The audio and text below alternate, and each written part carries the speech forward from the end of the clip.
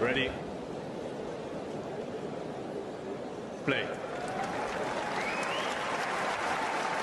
Moving on, Musetti played Navoni today, and obviously Musetti dropped the first set 6-4, and then went on to win the next three 6-4, 6-3, 6-2. Is there any sort of outsider chance of Musetti making, an even deeper run than he already has here, Vanch?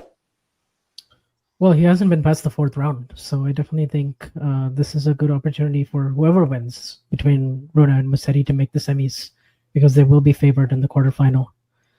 So from that standpoint, yeah, and he's usually only lost to Tsitsipas and Djokovic twice and Alcaraz 1 year. So from that standpoint, I mean, Rune is obviously a really tricky opponent, and I'm really looking forward to it. But in terms of his overall level and just how high his floor has been this clay season, you have to put him as a slight favorite against Rune. Obviously, it'll be kind of interesting to see what style of tennis Holger plays, because I do think he's really good at soaking up a lot of pace and defending really well, extending points. I do think he's better at that style. And then there's other times where he's just kind of overly offensive, and it's a little bit of an identity crisis sometimes with him in terms of his decision making, where I kind of trust Musetti a little bit more in that department. So I'm just probably going to go with the more secure pick in this one. But I do acknowledge it could be it is a good opportunity for Rune as well. It's a different situation he finds himself in this fourth round versus the two matches that he played against Casper. Coming in pretty physically spent. I do expect him to be a little bit fresher this time around, even though he did go 5 today. So we'll see. But more questions overall for Rune, and I pretty much with Musetti, I kind of know what I'm going to get more. Yeah, absolutely. And with Musetti today, you obviously said earlier, Damien, that and you see it actually so often in the best of 5 format that in one set, the underdog, in a sense, kind of comes out firing, lands all the shots, hits, sideline and sideline, then a baseline, but just can't keep up, could he?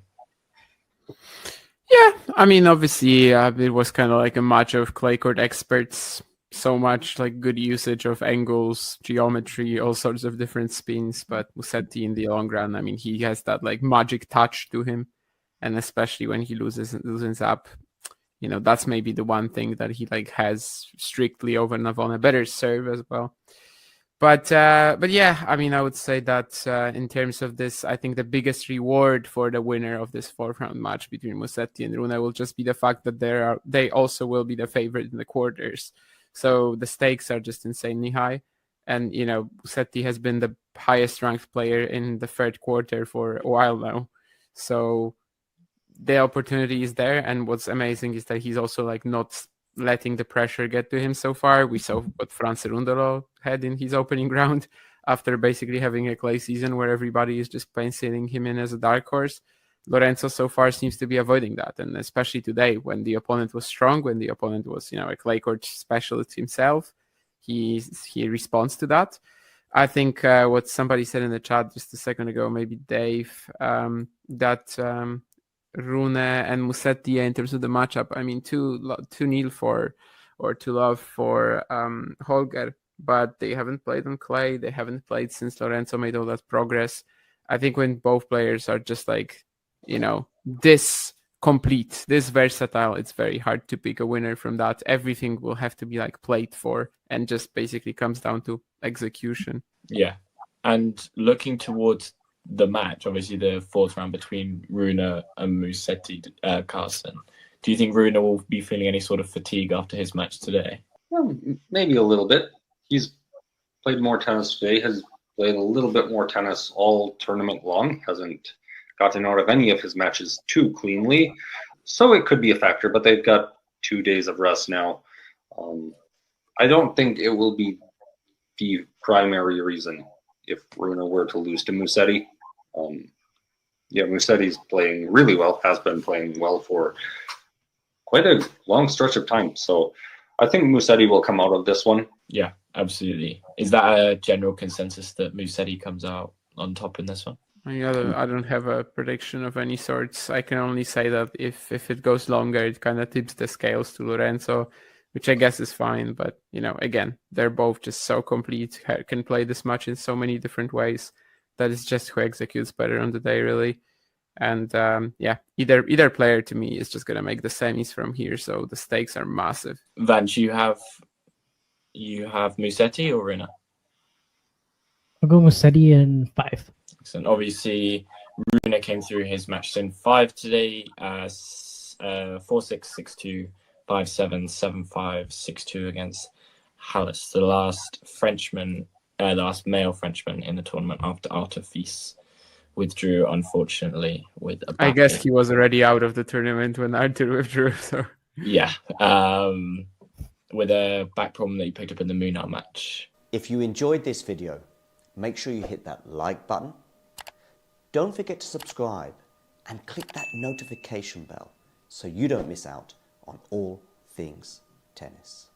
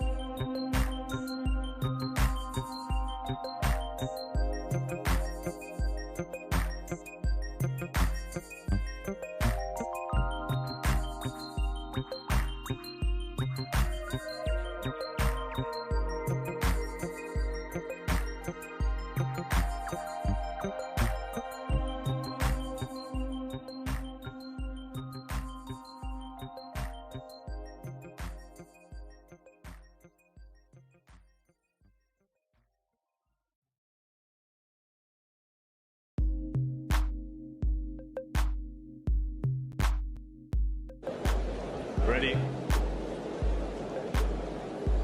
Play.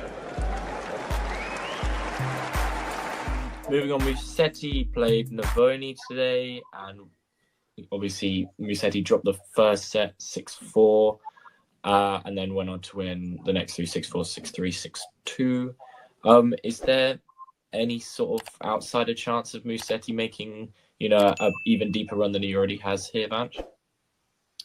Well, he hasn't been past the fourth round, so I definitely think this is a good opportunity for whoever wins between Rune and Musetti to make the semis, because they will be favored in the quarterfinal. So from that standpoint, yeah, and he's usually only lost to Tsitsipas and Djokovic twice and Alcaraz 1 year. So from that standpoint, I mean, Rune is obviously a really tricky opponent, and I'm really looking forward to it. But in terms of his overall level and just how high his floor has been this clay season, you have to put him as a slight favorite against Rune. Obviously, it would be kind of interesting to see what style of tennis Holger plays, because I do think he's really good at soaking up a lot of pace and defending really well, extending points. I do think he's better at that style. And then there's other times where he's just kind of overly offensive, and it's a little bit of an identity crisis sometimes with him in terms of his decision making, where I kind of trust Musetti a little bit more in that department. So I'm just probably going to go with the more secure pick in this one. But I do acknowledge it could be it is a good opportunity for Rune as well. It's a different situation he finds himself in this fourth round versus the two matches that he played against Casper. Coming in pretty physically spent. I do expect him to be a little bit fresher this time around, even though he did go 5 today. So we'll see. But more questions overall for Rune, and I pretty much with Musetti, I kind of know what I'm going to get more. Yeah, absolutely. And with Musetti today, you obviously said earlier, Damien, that and you see it actually so often in the best of 5 format that in one set, the underdog, in a sense, kind of comes out firing, lands all the shots, hits, sideline to sideline, then a baseline, but just can't keep up, could he? Yeah, I mean, obviously, it was kind of like a match of clay court experts. So much good usage of angles, geometry, all sorts of different spins. But Musetti, in the long run, I mean, he has that magic touch to him, and especially when he loosens up, that's maybe the one thing that he has strictly over Navone. Better serve as well. But yeah, I mean, I would say that in terms of this, I think the biggest reward for the winner of this fourth round match between Musetti and Rune will just be the fact that they also will be the favorite in the quarters. So the stakes are just insanely high. And, Musetti has been the highest ranked player in the third quarter for a while now. So the opportunity is there. And what's amazing is that he's also not letting the pressure get to him so far. We saw what Franz Rundolo had in his opening round after basically having a clay season where everybody is just penciling him in as a dark horse. Lorenzo so far seems to be avoiding that, and especially today when the opponent was strong, when the opponent was a clay court specialist himself, he responds to that. I think what somebody said in the chat just a second ago, maybe Dave, that Rune and Musetti in terms of the matchup, I mean 2-0 for or 2-love for Holger, but they haven't played on clay. They haven't played since Lorenzo made all that progress. I think when both players are just this complete, this versatile, it's very hard to pick a winner from that. Everything will have to be played for, and just basically comes down to execution. Yeah. And looking towards the match, obviously the fourth round between Rune and Musetti, Carson, do you think Rune will be feeling any sort of fatigue after his match today? Well, maybe a little bit. He's played more tennis today, has played a little bit more tennis all tournament long, hasn't gotten out of any of his matches too cleanly. So it could be a factor, but they've got 2 days of rest now. I don't think it will be the primary reason if Rune were to lose to Musetti.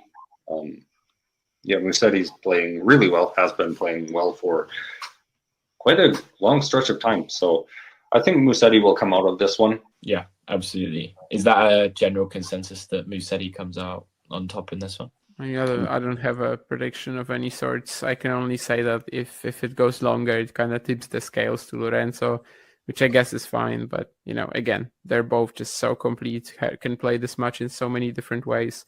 that is just who executes better on the day, really. And yeah, either player to me is just gonna make the semis from here, so the stakes are massive. Vance, you have Musetti or Rune?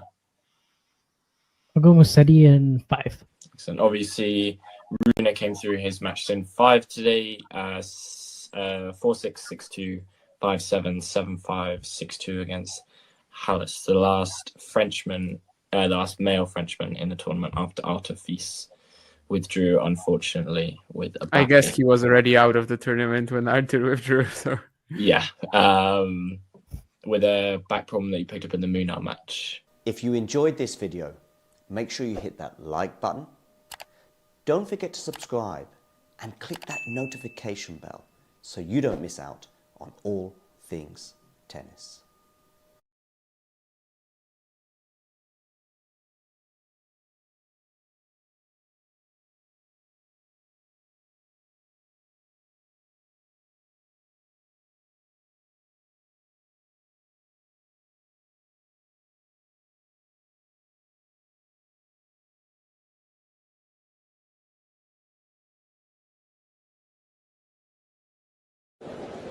Ready? Play. Moving on, Musetti played Navoni today, and obviously Musetti dropped the first set 6-4, and then went on to win the next 3 6-4, 6-3, 6-2. Is there any sort of outsider chance of Musetti making, an even deeper run than he already has here, Vance?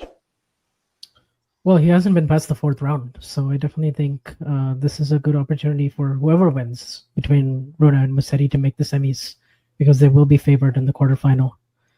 So from that standpoint, yeah, and he's usually only lost to Tsitsipas and Djokovic twice and Alcaraz 1 year. So from that standpoint, I mean, Rune is obviously a really tricky opponent, and I'm really looking forward to it. But in terms of his overall level and just how high his floor has been this clay season, you have to put him as a slight favorite against Rune. Obviously, it'll be kind of interesting to see what style of tennis Holger plays, because I do think he's really good at soaking up a lot of pace and defending really well, extending points. I do think he's better at that style. And then there's other times where he's just kind of overly offensive, and it's a little bit of an identity crisis sometimes with him in terms of his decision making, where I kind of trust Musetti a little bit more in that department. So I'm just probably going to go with the more secure pick in this one. But I do acknowledge it could be it is a good opportunity for Rune as well. It's a different situation he finds himself in this 4th round versus the 2 matches that he played against Casper. Coming in pretty physically spent. I do expect him to be a little bit fresher this time around, even though he did go 5 today. So we'll see. But more questions overall for Rune, and I pretty much with Musetti, I kind of know what I'm going to get more. Yeah, absolutely. And with Musetti today, you obviously said earlier, Damien, that and you see it actually so often in the best of 5 format that in one set, the underdog, in a sense, kind of comes out firing, lands all the shots, hits, sideline and sideline, then a baseline, but just can't keep up, could he? yeah, I mean, obviously it was kind of a match of clay court experts.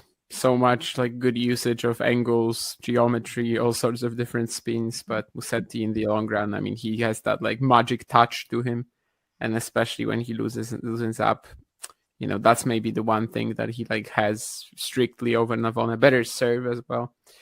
But yeah, I mean, I would say that in terms of this, I think the biggest reward for the winner of this 4th round match between Musetti and Rune will just be the fact that they also will be the favorite in the quarters. So the stakes are just insanely high. And, Musetti has been the highest ranked player in the 3rd quarter for a while now. So the opportunity is there. And what's amazing is that he's also not letting the pressure get to him so far. We saw what Franz Rundolo had in his opening round after basically having a clay season where everybody is just penciling him in as a dark horse. Lorenzo so far seems to be avoiding that. And especially today, when the opponent was strong, when the opponent was, a clay court specialist himself, he responds to that. I think what somebody said in the chat just a second ago, maybe Dave, that Rune and Musetti in terms of the matchup, I mean, 2-0 for or to love for Holger, but they haven't played on clay. They haven't played since Lorenzo made all that progress. I think when both players are just like, this complete, this versatile, it's very hard to pick a winner from that. Everything will have to be like played for, and just basically comes down to execution. Yeah. And looking towards the match, obviously the fourth round between Rune and Musetti, Carsten, do you think Rune will be feeling any sort of fatigue after his match today? Well, maybe a little bit. He's played more tennis today, has played a little bit more tennis all tournament long, hasn't gotten out of any of his matches too cleanly. So it could be a factor, but they've got 2 days of rest now. I don't think it will be the primary reason if Rune were to lose to Musetti. Musetti's playing really well, has been playing well for quite a long stretch of time. So I think Musetti will come out of this one. Yeah, absolutely. Is that a general consensus that Musetti comes out on top in this one? I don't have a prediction of any sorts. I can only say that if it goes longer, it kind of tips the scales to Lorenzo, which I guess is fine. But, again, they're both just so complete, can play this match in so many different ways that it's just who executes better on the day, really. And, either player to me is just going to make the semis from here. So the stakes are massive. Vance, you have Musetti or Rune? I'll go Musetti in 5. And obviously, Rune came through his match in 5 today, 4-6, 6-2, 5-7, 7-5, 6-2 against Hallis, the last male Frenchman in the tournament after Artifice withdrew, unfortunately, with a back. I guess he was already out of the tournament when Arthur withdrew. So yeah, with a back problem that he picked up in the Munar match. If you enjoyed this video, make sure you hit that like button. Don't forget to subscribe and click that notification bell so you don't miss out on all things tennis.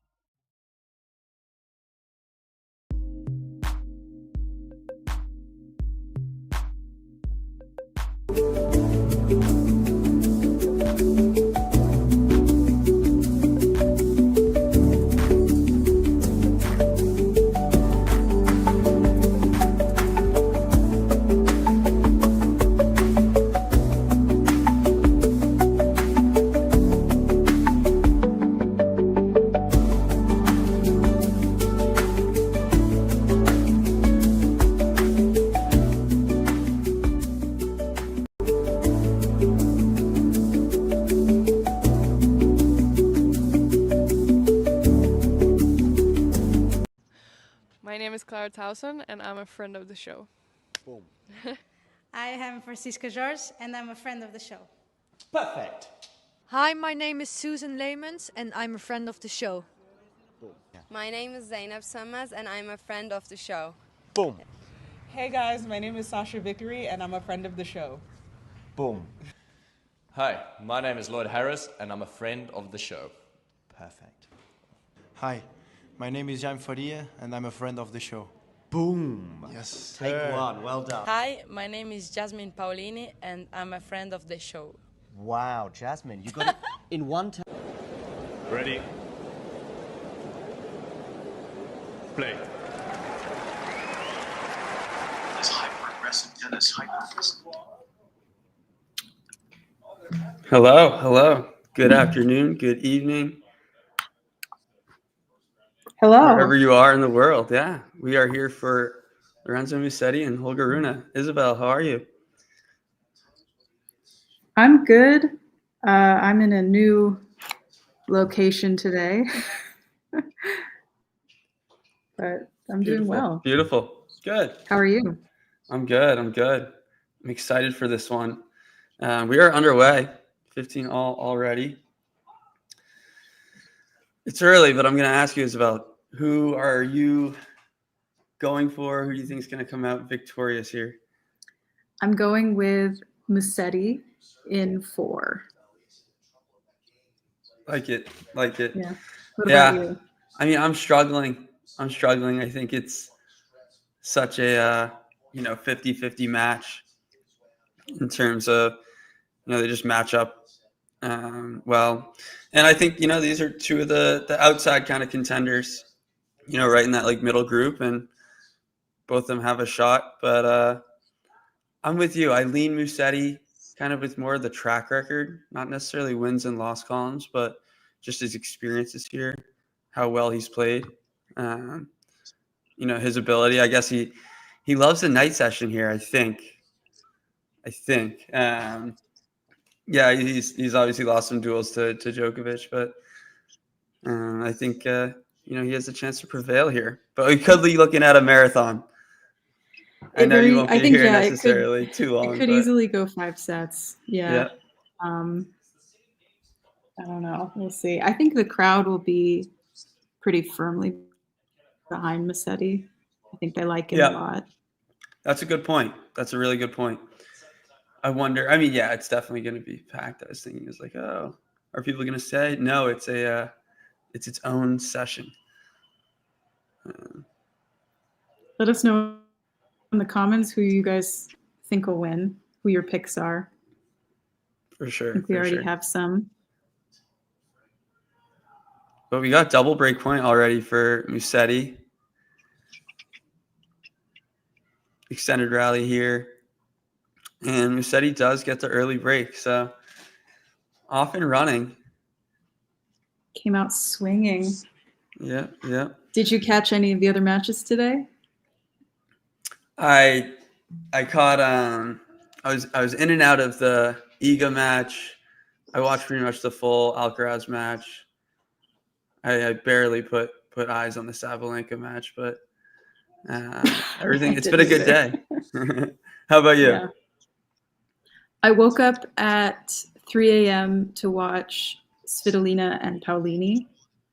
Wow. I did fall asleep during it, not due to boredom or anything, but it was 3 o'clock in the morning. So I missed the end of it, but it was a pretty impressive comeback for Svitolina. Yeah, where are you in the world? I'm in New Mexico. Cool. Yeah. Yeah, that was really fun.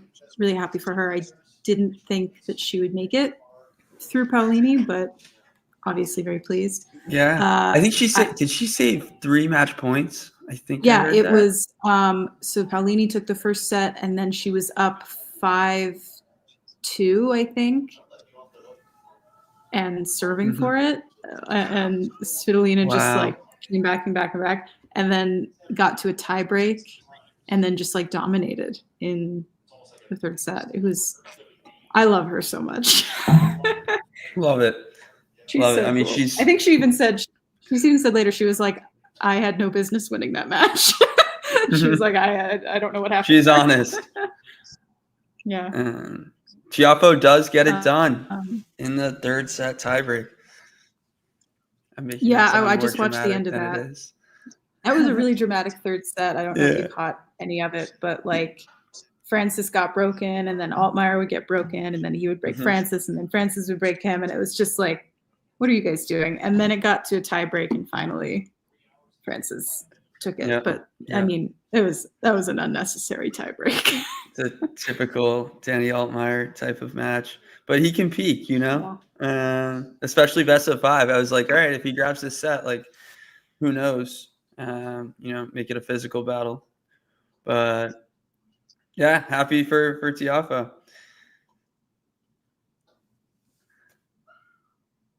And yeah, Svitolina, I mean, such a huge win. She's, just so rock solid on every surface. And Yeah. typically goes deep everywhere. Yeah, I think she consistently makes the second weeks of slams. She's made, I think this is her 5th quarterfinal at the French Open. She's never made it to the semis. And she plays Iga next, so I don't know how much of a chance she really has, but you never know. I didn't get to watch the Iga Rybakina match, but it sounded like it was really good. Yeah, crazy. Yeah.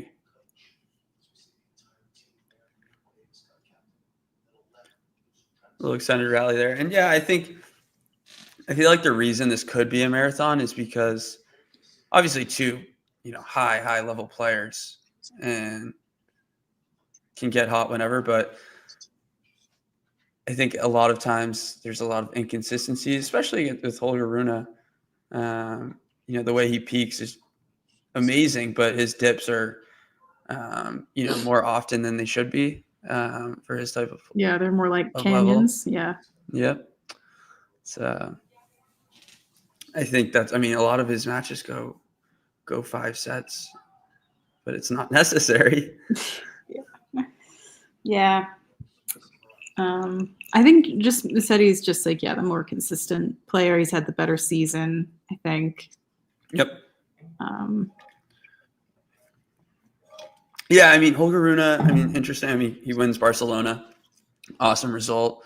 Musetti, obviously, I think it's final in Monte Carlo, semi in Madrid, and a semi in Rome, maybe. Yeah, it's amazing. And Rune took Madrid off, Rome. Yeah. He also, Holger also made the final of Indian Wells. Yep. Which was a big surprise. Right. Yeah. Uh, Another one of those guys where, they'll play, at a high level on every surface. But Indian Wells, slower track. I guess it's similar in a sense. So yeah. Okay, so Musetti holds. Yeah. Good stuff. Consolidates. Isabel, what are your thoughts on some of the kits that the players are wearing at Roland Garros? I don't know what's going on at Nike Tennis, but they need to hire new designers because this, oh my God, this whole rugby shirt style thing, like these colors aren't even good. Horizontal stripes are not flattering on anyone. This is just weird. It's just a weird choice. They have a couple of good kits on the women's side. They're like, okay, they're fine. Yep. But the men's stuff, like, what are you doing? And then those weird, like Mario and Luigi collared shirts that Sinner is wearing. Like, it's just such a weird choice. Nike is not doing well. And I think everybody else, like, I haven't seen anything that I am like, oh, that's a great fit, great outfit, good end to the clay season. But There's nothing really. Yeah, that's what I'm talking about. That is hideous. His caption is so good. Luigi back on court. Yeah, well, it's not only the collared shirt and with the contrasting color. It's the choice of color for the accessories too. Like, who puts this green and blue together? This is so unattractive. And like, I'm sorry, Sinner is a redhead. You can't put him in these colors. It's not going to work. You have to figure out. I mean, at least he has a good sense of humor about it. Exactly. But just he's never. I mean, look, I like Sinner, but I've never been a fan of his outfits, except for the all black number that he wore in Rome. Yeah, that's tough. He does not. He needs a new stylist. And I'd like him to know that I am available. Love it. So Holger looking to take his first game. 40-15, now 40-30. Yeah, that's a very, very tough kid. And the logo, the Fox logo is pretty slick. It's good. Yeah, just stick with this. Just wear all black or something. Just like keep it monochrome. It's okay. At least at Wimbledon, I don't have to care about this kind of thing. Yeah. So yeah, Holger there. Oh yeah, it's 40. I think that's actually good news. I know he missed the easy put away. That's good news. He's going to the kicker on that ad side, and I think that's going to be a spot he picks on a lot. I feel like he's an underrated spot server in a sense. Obviously, it is a little bit chaotic, but he can hit his spots. And that kick jumped. Here's another good slider. Going to get a look at an overhead, and he sails it long by a ball. That's tough. Two really good serves and not amazing returns from Musetti. And he looks up at the lights because why wouldn't you, right? You need an excuse.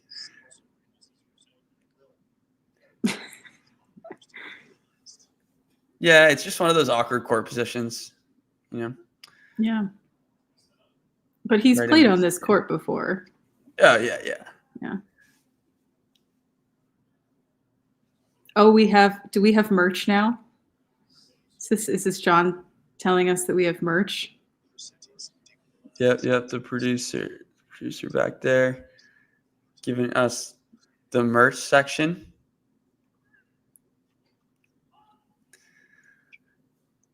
Didn't know we had merch. That's cool. Please do inquire if this is style. Yeah.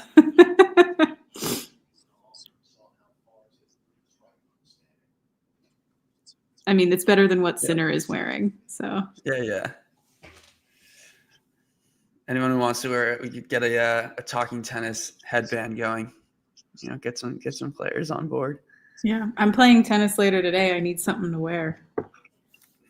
There we go. Is it hard courts out in New Mexico, or? I believe so. This will be my first time playing in New Mexico, so we'll see how it goes. Wow. I'm a little worried about the altitude. Yeah, that's true. We'll see if I can handle it. That's true. Okay, Rune with the ad here. Yeah, he does well. Another thing I was thinking about, like coming into this match, is trying to see where each of them are standing, kind of in these baseline rallies. Musetti likes to hang, 9, 10 meters. Yeah, he is far back there. Yeah, but Rune likes to stay on top of that baseline and like take the ball early. He is capable of going back there, but typically you see him kind of turning defense into offense very tight to the baseline. So it'll just be interesting, like throughout the match. We're a long way away in terms of players making adjustments, but that's something that I'll be looking out for. Mm-hmm. I think Rune could stand to be a little farther back on the baseline, because I think part of the reason reason like he is so inconsistent is because of how early he takes the ball and how far up he stands. Just like makes for more mistakes. Yeah. He's standing a little farther back in this rally. And, draws a Musetti error. Yep. Okay. I feel like I was talking about this with someone maybe it was a few days ago, like how important, I guess, like the first set is for some players. And this is one of those matches where I don't think it's all that important. As they just try and like figure each other out, talk about like how, each player is, I think Rune has a higher peak as he does hit the overhead now and converts. So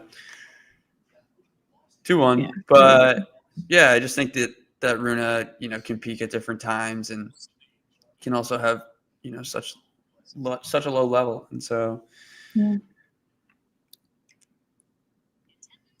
First set is always, of course, nice to win, but I don't think it'll be an extreme difference maker. Someone asking who my favorite WTA player is. Who's my favorite WTA player? I think when I think about how long I've supported someone, no matter who they're playing, I think I have to go with Svitolina.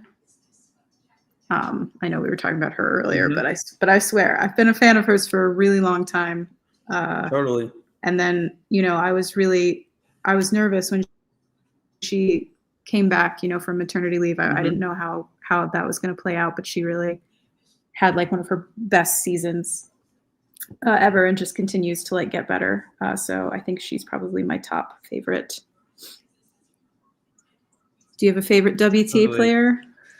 I definitely support a few. So I love Andreeva. I love Iga. Really? Okay.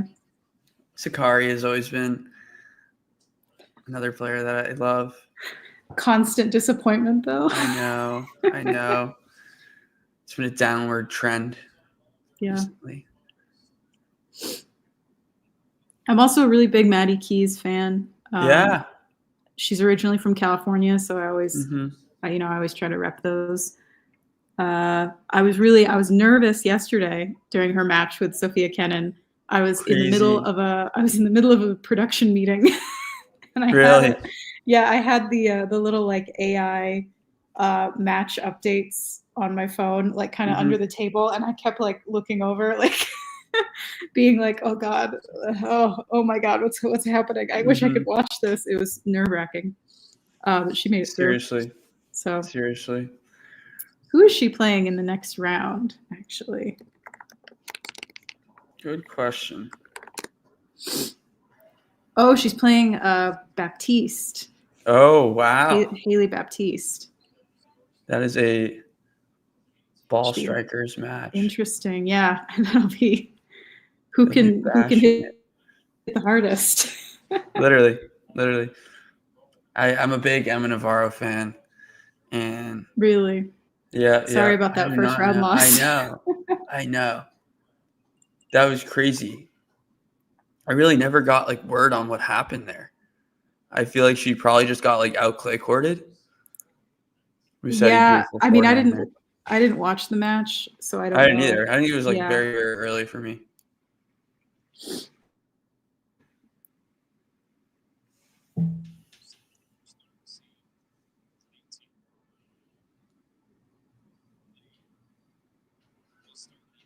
Yeah, good inside out forehand down the line from Musetti. Wow, that's an insane angle that Rune just hit. Did you see that? Oh wow! No, I'm a little behind. Sorry. Okay. that was a good one. I feel like this is a match that'll give us these types of points. So it's very entertaining. Yeah, my internet's a little spotty, so I'm slightly behind. Yeah, let me know. Oh yeah, where I you see are. the one you're talking about. It's just now 30-30. Got it.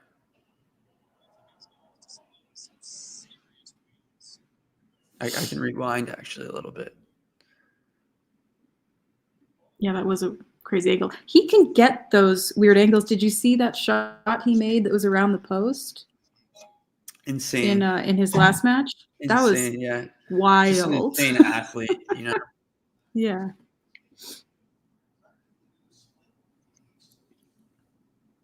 And so now it is going to be a break point. Yeah, he went for a inside out forehand winner, it looked like, and just right at the net. So yeah, break point.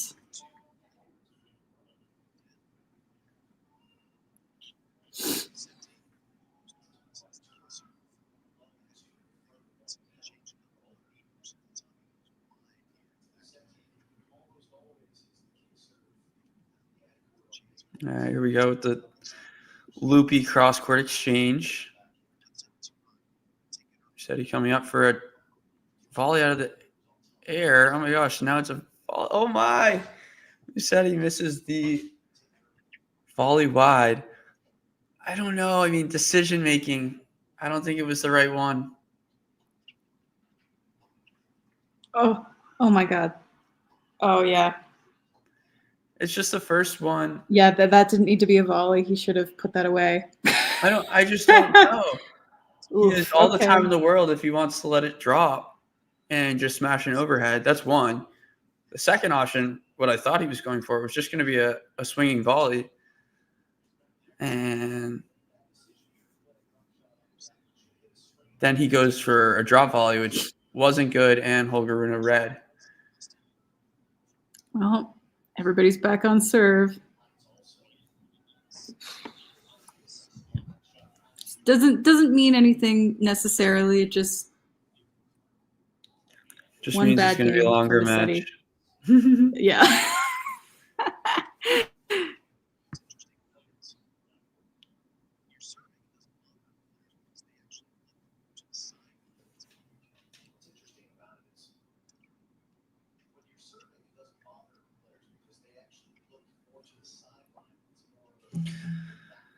So yeah, back on serve.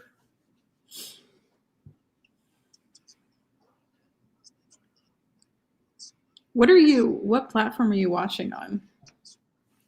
HBO Max. Okay, yeah, me too. Yep. Weird one this year. Yeah. And for the future, I think of like 10 years. Wait, really? It's going to be there for 10 years? For, Roland Garros specifically. Dang. Yeah, Turner Sports bought it. All right. Great. So it's still ESPN for the other three, though. Yeah.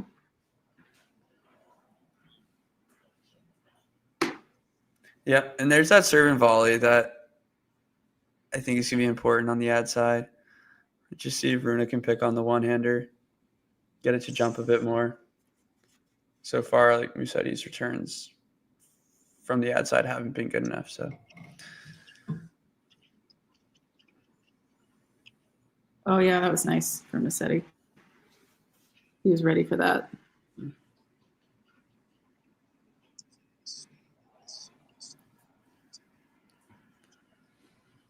Yeah, a lot of foot speed in this match. Which is good. Such good defenders. Track the ball down so well. Yeah, I think Musetti is a really, I don't think enough people talk about how good of a mover he is on both clay and grass. I think he's he's got such good court coverage. Wow. I'm looking forward to his grass season. Yeah, 100%. Just such a natural court player. So artsy. Yeah. It's craft. And there it is again, Isabel. Do you think the lights are having are giving him a distraction? Are you talking about that volley from Holger? The overhead, he throws it into the net cord and gets lucky. It could be, but it kind of seems like they should be used to it, like Right. or something. I don't know. Yeah. No, you're not wrong. You're not wrong. Sometimes the things that tennis players get a little like edgy about when they're like, oh well, like how can I possibly serve when this thing is happening? And it's like that happens every match. Like you have to get used to it. Sometimes I don't really take them seriously with things like that. That time Holger does convert the overhead. And that's just so good for Musetti. Yeah, crafty. Crafty, you're right, Gosi. Sure. Very crafty. He's got the finesse to him. He certainly looks artistic, you know. I think he's got a little bit of that like Federer grace. Yeah. Yes, moves gracefully. She plays gracefully. The one-hander is beautiful. Yeah, Tsitsipas wishes. Exactly. Yeah. Exactly. Yeah, Jake. I'll mention after Oof. the fifth game. That backhand was not artsy. That was not really shanked backhand from Musetti. I mean, that's just it's so sorry. I know I'm a little ahead, so I don't want to spoil it all. But I think I can see I'll if go I can back. refresh and get forward. No. I can go back too.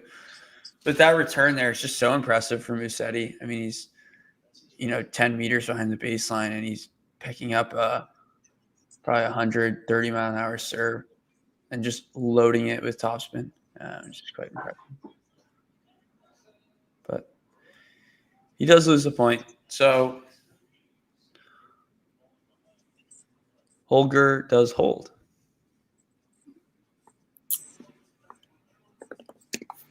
I want to look ahead and see what the other quarterfinals are, or like what we have going on tomorrow. Yeah. The fourth round. There's some good matches tomorrow. Zverev and Griekspoor. Okay. Last year at the French, I think it was either the first round or the second round. Griekspoor and Zverev were playing, and Griekspoor was up like 5-1 in the third set or something like that. He was serving for it, and he ended up losing the whole match. And I have not forgiven him for that. So if he doesn't show up tomorrow, I'm going to be pissed. Did you talk? Were you talking about the last year, Roland Garros? Yeah. Yeah. I think he was up 4-1.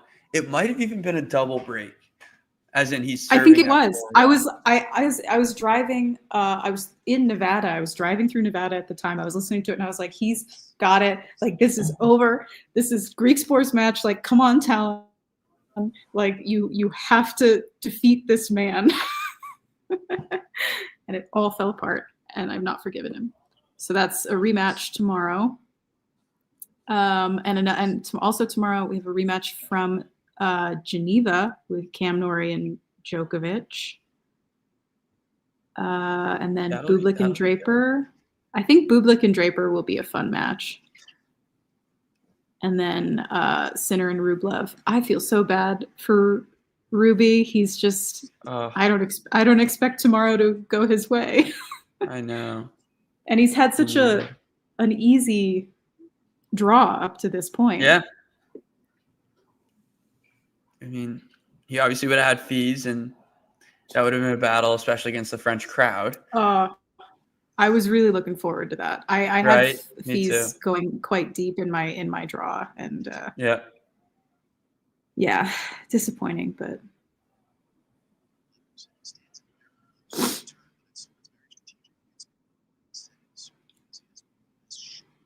But yeah, some great matches tomorrow. I'll try to get up early for it. Yeah. Now they start throwing the. So I guess what you're 8 hours behind then. I think so. Yeah. Yeah. think I they can start, usually you know- watch the night session. Exactly. I've been having it on like while I'm working. Right. Love it.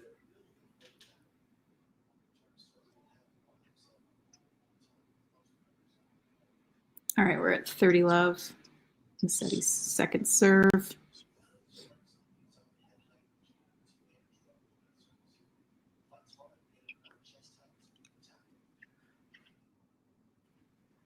Wait. Oh, was that out? Oh no. Oh my. Wow. That was an interesting play by Musetti. Wow. I feel like he gave that away. That was impressive. I think he was behind him, and I guess he could have done a better lob. Yeah. Well, You he know? had to play it. For anyone who's not watching, he had to kind of hit it backwards. He was not facing Yes. the ball, and he kind of went for like a little back thing. And I don't think that was totally necessary, but Right. It was very cool and impressive. split second decision didn't go his way. 30-15. But it was interesting to see Rune. He goes for the chip and charge. Yeah. Okay, drop shot by Musetti. Oh, another lob. Was that out? Was that in? That was out. Okay, 30 all.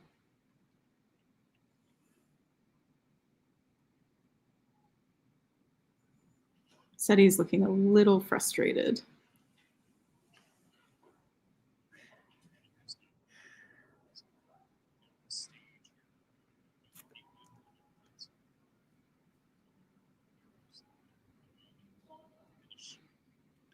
Yeah, I mean, now I'm thinking about it. He had the chance to go up the double break at 2 love. I think he had the ad.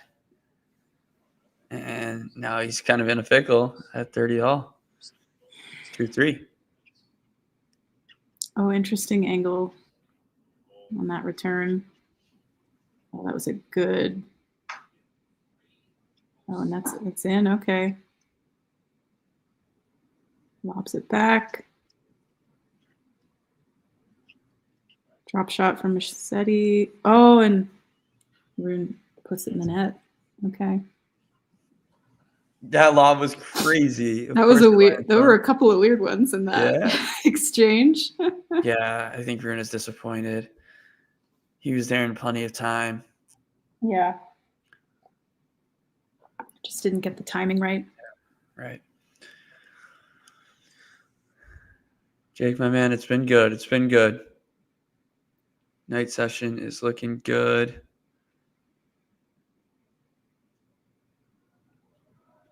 And Musetti does get the hole. So 3 all. Probably like what I thought would happen so far.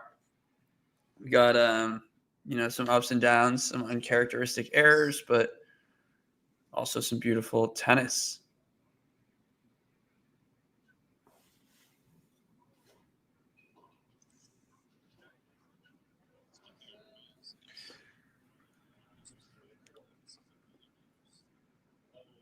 Do you play tennis, Brenner?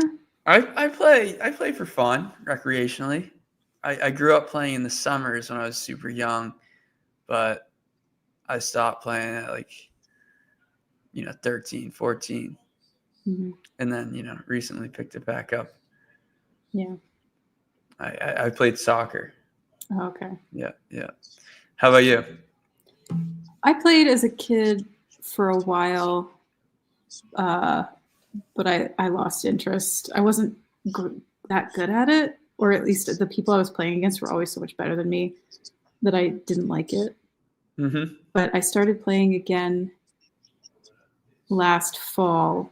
I started going to classes and meeting, going to like social tennis groups and stuff. And I've actually kind of fallen in love with it. And now I'm kind of addicted to playing. So it's been nice. Yeah, I really dig it. And I've gotten a lot better. Yeah. No, that's been me. Because once you see what these guys are doing, just trying to hit some cool shots, and it's so much fun.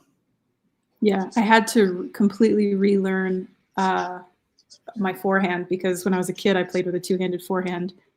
You're and kidding when I me. started, no, I'm not. And I was doing that at this class, and the coach there was like, he was like, "Hey, I mean, it's working for you, but in the long run, I don't think you can do this." He was like, "You really should learn how to play one-handed." And I was like, "Okay." And I've been doing it, I guess, since October, and it's getting better. I'm getting Love there, it. but I'm Love still like, sometimes if I have to like not think for a second and just like go for a shot, I'll do the two-handed like without thinking. But I'm really trying to relearn my forehand.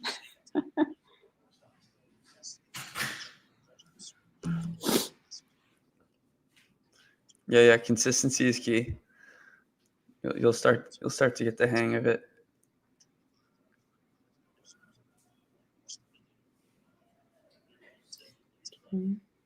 Second serve from Rune.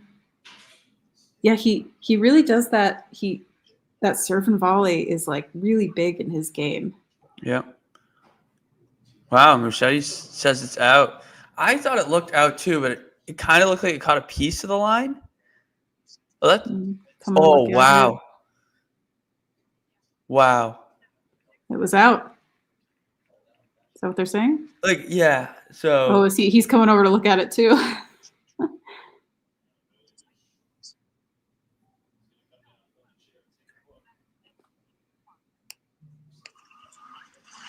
Yeah, but we can't do it before. Yes, but he didn't really look for it or anything. He just went straight to the mark. Oh, Holger's arguing it a little bit, saying that Musetti didn't do it in time. So what Rune is arguing, as Hawkeye agrees with that call, is that Musetti was playing it, and that he said that Musetti was playing play a it. shot, if you go for the next shot and don't stop immediately, that's the terminology. You must stop immediately if you're going to challenge a call. That's very you lose fair. that right. She's saying she made the right call there. She's saying that he went right over to it, but Holger's saying he didn't. Okay, so we're at 30 all.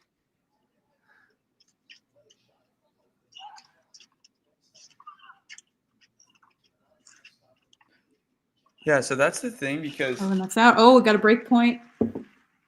That's I guess we haven't thought about it because there hasn't been any umpires on, the men's tour, this season. And so you kind of forget with about all the new tech. Yeah, it's all electronic line. So kind of forget I that. don't really Go ahead. I don't really like it. I know that it's supposed to be accurate, but like there have been, some errors, and the fact that the umpires can't overrule when they can physically see the error is really unfair. I think there was a really obvious one in the Zverev Fekina match where the ball was like so clearly out, like everyone could see it, and Hawkeye called it in. And Zverev was like, "You can't be serious. Like, this is insane. Like, you can literally see the mark. It's like well outside the line." Yeah, I'm really not a fan of the electronic line calling. I think the French Open is right to keep it this way. Yeah. No, you have a point. You have a point. I see the other side of it, the fact that there's been such limited situations in that sense where like we haven't had too many run-ins. I'm also just not a fan of robots taking over people's jobs, so I'll always argue against that. That's very fair. But my main point that I didn't mention is like that rule that you have to challenge that call right away. You can't play your next shot and then be like, "Oh, actually, I think it's gone." So like I haven't seen that in so long where players like talking about that situation. I'm just curious if it's like left their minds as well. Like they're not thinking about it like that anymore. Sometimes I think there needs to be a little bit of like wiggle room there because everything, it's all happening so quickly. You have to think really fast. And I think like sometimes they'll play it because it's a reflex to like just respond before their brain can be like, wait a minute, that shot was out. Like, so sometimes I think it's not really fair to like be like, oh, you have to do it immediately. It's like, yeah, but their reflex was to hit the ball back. I don't know. I just think it's a little, the timing of it doesn't bother me really. No, that's fair. That's fair. I think it's interesting because I'm now thinking about how it relates to like baseball. They're thinking about doing robotic umpires, at least for balls and strikes. I guess you'll always have them elsewhere on the field, but the main umpire is the one, calling balls and strikes, obviously. So I feel like that takes away a whole like culture aspect of a baseball. game. Yeah, Exactly. Like that and I'm seems not really in favor of them. Yeah. Exactly.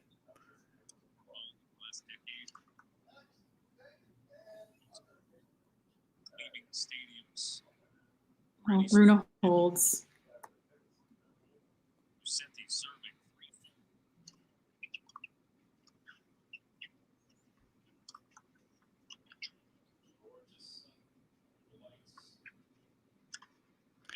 Oh, Holger misses an overhead.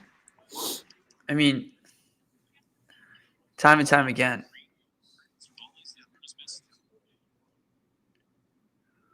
Yeah, 14 unforced errors already. Even with that, though, I mean, he's on serve, despite that. Yeah, exactly. He's playing aggressive. And I think that's good. I think that's what he has to do. He can't okay. I guess it's a two-sided story in that sense where you don't want to fold into kind of like Musetti's hands where he thinks that, he can just hang out and wait for unforced errors, if that makes sense. Yeah. But I think Holger can put more pressure on him just if he does play more aggressive. Musetti, I think over time won't be able to handle his pace. As opposed to the other way around. But they're both really, really trying to play those heavy angles, stay long in the cross-court exchanges. Both are like brave enough to switch up the lines. But yeah.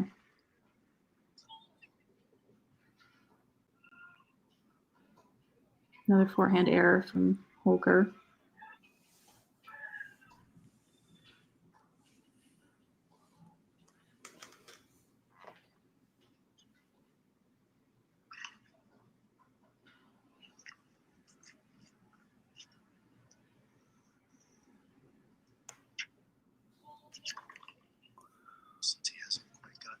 Second serve from Musetti. Under 40% for serves in play so far. On the march here, attacking the second.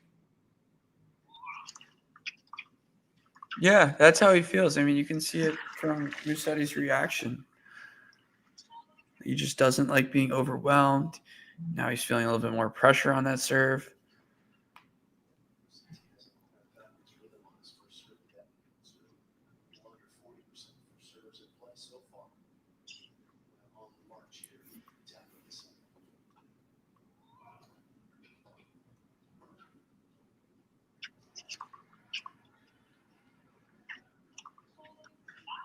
Oh, was that in?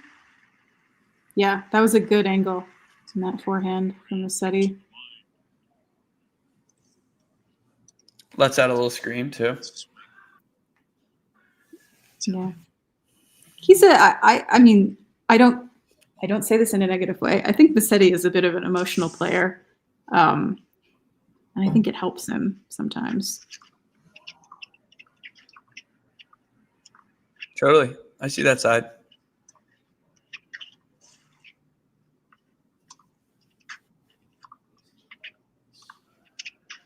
Cross-court exchange. Oh, Holger goes for the drop. Musetti, nice forehand. Holger cannot get that back for a hold. Yeah, so I guess we're in that spot now where it's very even, right? Yeah.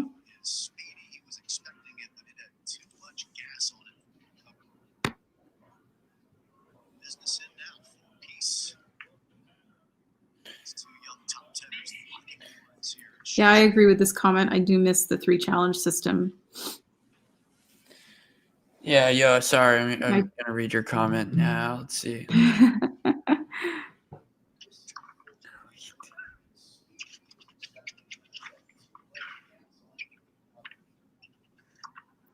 Oh, there we go. Putting away that one.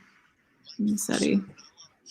I don't necessarily think electronic umpiring is killing tennis, but it's definitely making.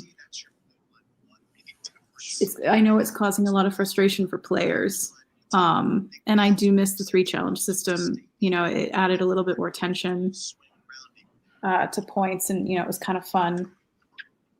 But yeah, I definitely don't agree with electronic line calling. I don't think it's killing it necessarily. I'm still watching. I'm still enjoying. But yeah, there is like a human aspect that is now kind of missing.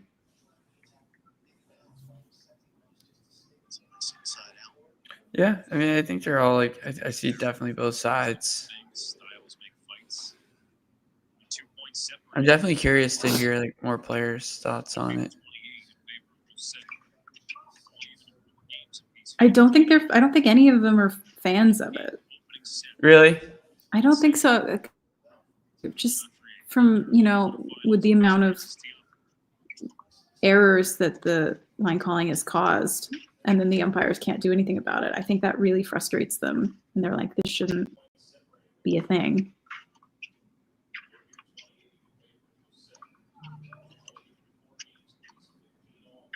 Here's a heavy exchange. Yep.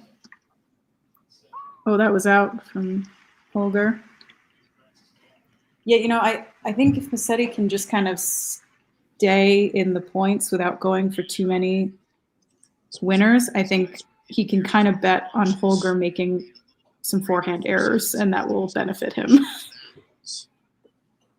Totally. Yeah. I feel like the longer rallies do favor Musetti as well. I just think like Holger's patience level isn't like all there as well. Yeah. Right? Yeah. He does want to pull the I think trigger he is when an he gets impatient player. opportunity. Yep. Yeah. And I feel like that's an aspect of his game that can improve. But also, I don't take it away from him because that's what's got him here. Right? And so it's like naturally how he wants to play, but he's just so talented that, he has options. Yeah.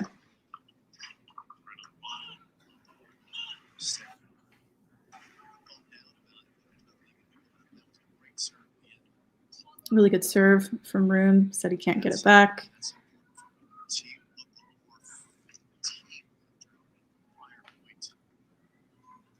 Who does the winner of this match play in the quarterfinal? Got to be Tiafoe. I'll double check that. Yeah, I think you're right. It would be Tiafoe, who's playing surprisingly well. Right? But I think he's had not necessarily an easy draw, but compared to some of the other ones, I think he's had the lightest draw, which has given him an opportunity to kind of break through. Very, I'm really very happy. I'm happy draw. for him. I mean, yeah. He hasn't dropped a set yet, which is crazy. Yeah. I love to see it. I love Tiafoe. I want him to do well. He only seems to do well at the U.S. Open. Right. And even that, I feel like he has so much pressure on him, too. Yeah. Of course, he has so much fun on the court. But yeah, that time of the year, he does like to heat up, U.S. hardcourt swing. Cincinnati final last year. Lost to center. I mean, he did everything he could. It's such a shame because I think he had that match against Fritz. That's in that semifinal at the U.S. Open. I really think he could have done it. That did not need to go 5 sets, and that was such a pathetic 5th set. You're right. You're right. It was I think he choked, honestly. Such a shame. I don't know that he could have beaten Sinner, but Musetti gets the break to serve for the set. Let's go. Yeah, Musetti just does such a good job defending. making him play an extra ball. Rune visibly upset. By no means does that make me think that this set is over, though.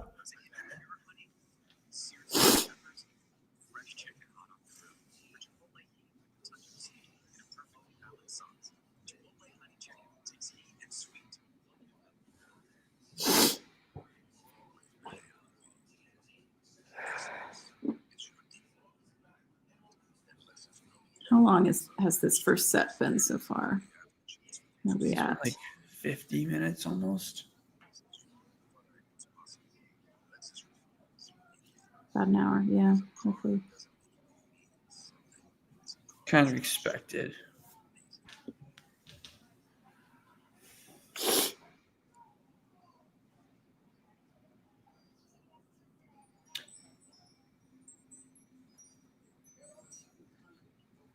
Isabel, I know we're in, I guess we have one more week of clay season. Are you excited for grass season? I am. I love Wimbledon and the whole grass season. It's my favorite time of year. And I have such a, a place in my heart for Wimbledon after I got to go a couple of years ago and sit on center court. So I love it. It's definitely my favorite surface of the year is grass. That's unreal. Yeah. And it's usually the tournament I have the easiest time watching as someone on the West Coast, although currently I'm in the Southwest. Right. Because it comes on like 6 or 7 in the morning, so I can get up and actually watch matches. Yep. And then by the afternoon, I think it's over for the day. So it's kind of nice. I can see the matches and then get on with my day. I'm not getting up at crazy hours. Right. That's awesome. So Love Wimbledon for that.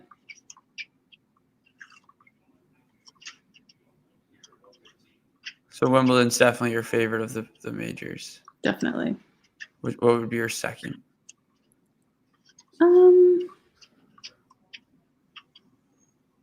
Probably the U.S. Open. Point. No, doesn't make it.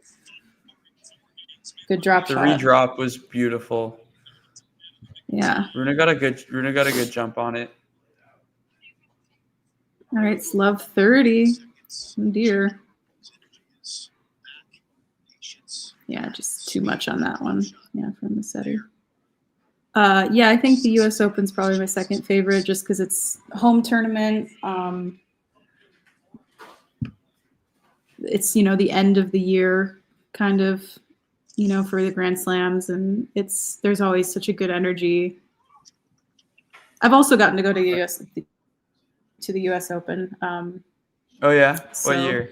Yeah, I went in 2023. It was the year Coco won. Yeah, love it. Yeah. And that return sails just a bit long. I feel like that's an important, return for Rune to make. Put the pressure on Musetti. But was it a let? I think it was a let, yeah. Because scoreline hasn't changed. Yep.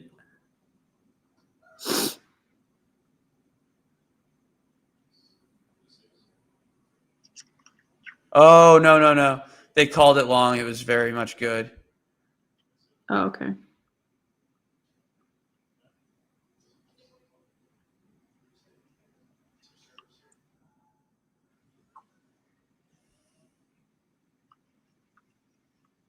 For the time before the second serve.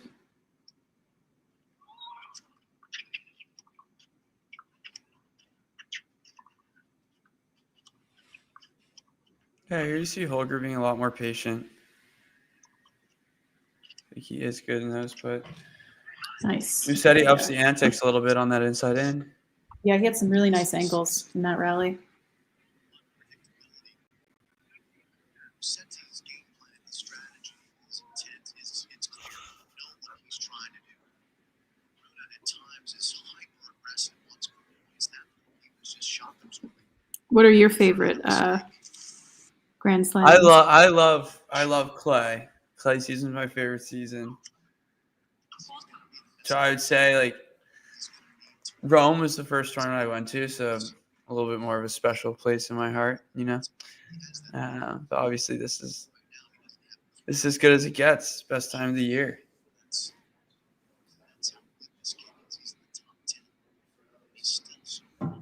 Have you ever played on clay? I haven't played on red clay. I've played on green clay or like hard true a bunch. Okay. How about you? No, never. Well, actually, there's a green clay court in LA that I briefly played on, like maybe 2 rallies, and I hated it. Really?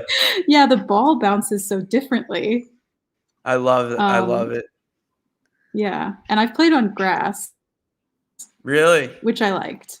Yeah, when I lived in the UK, I played on grass a couple of times, and it was good. The more that I've been since I've been playing tennis a lot more, like this past year, I'm starting to like recognize the way the different courts feel, even like different hard courts. Like I'm used to the ones that I play on the most consistently, and then I'll go to a different club and play there, and I'm like, oh, I don't like these as much. Like I'm a lot slower on these courts. Like I'm starting to feel what the players talk about. I'm like, oh, this is a real thing. So it is break point for Rune. As I said, I didn't think it would be a straightforward service game for Musetti, but he does get a huge first serve. Musetti's backhand does sail long.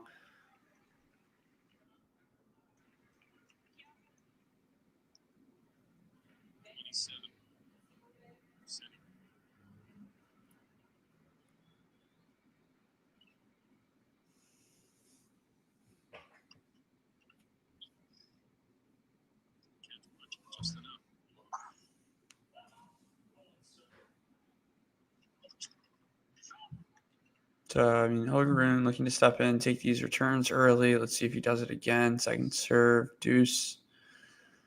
He's creeping in, takes a backhand inside centrally. Musetti does a good job to fight it off the line. And now Holger Rune is in attack mode, tries to get a pickup, kind of in no man's land, and it goes into the net. Oof. We've got a set point.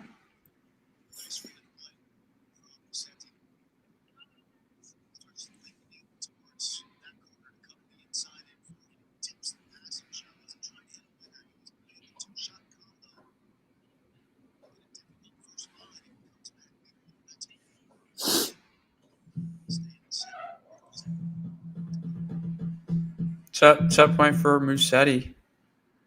Big first serve again. Inside out backhand. Goes with a very good slice. Cross court slice again. Rune looping in the inside out forehand. Backhand down the line. He's going to get an overhead again. We know how those have gone. He's going to get another overhead. And he gets a net cord bounce that he needs. So he does save a set point. Oh, wow. Back to deuce. We now are going to have an 8-minute game. And maybe even more as Musetti is trying to serve out the first set.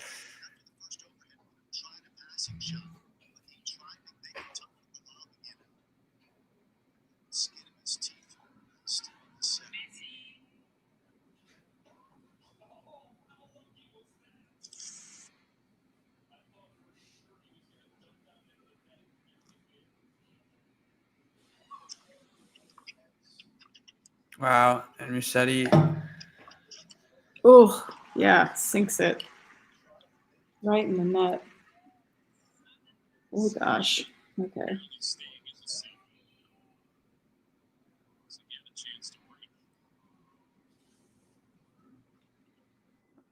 Victor James, HBO Max, if you're in the States. I don't know where else. I think if you have TNT, you can watch it. Yep. You might need cable for that. Right. And Musetti sprays the inside out forehand wide. Lorenzo. Said that about 10 minutes ago. I was like, I didn't feel like this would be a simple one, and no, it is not. Certainly isn't. Rune breaks back to stay in the set. 5-all. Just next door. 70,000 people.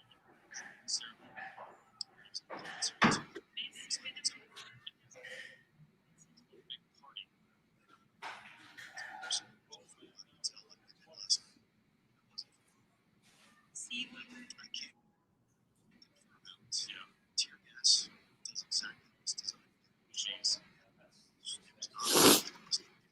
Okay, let's see what Lorenzo can do here.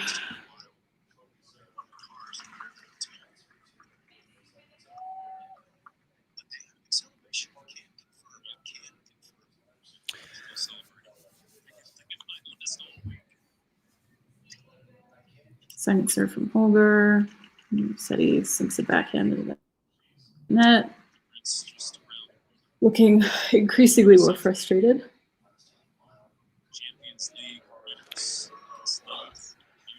Yeah, I mean, that's tough. I don't know if Rune is capable of grabbing this momentum and running with it. I guess we'll find out.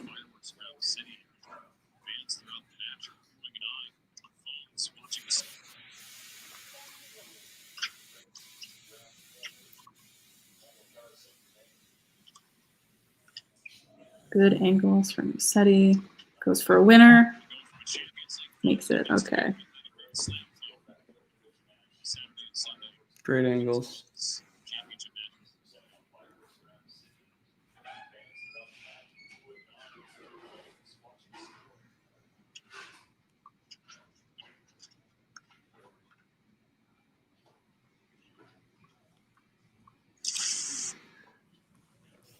All right, so we have now passed the hour mark. Yeah, I saw a marathon coming. But it could, you never know. It could be one of those quick first sets. Then, a couple players drop quick ones. We'll see. Serve and volley, amazing pickup from Holger Rune. Yeah, so he can't really get there in time. Wouldn't have made it if he had.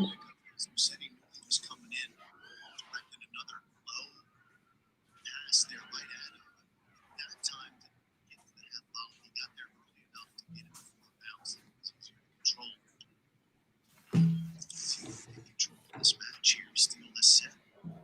Set up 7 last game. You now win.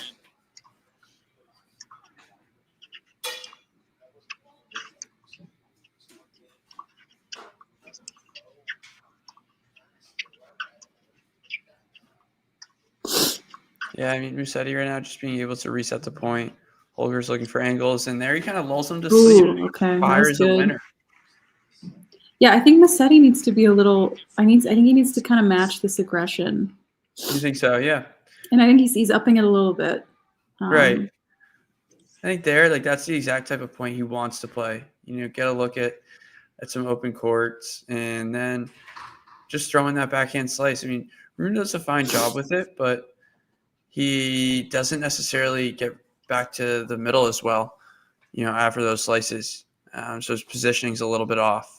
Yeah.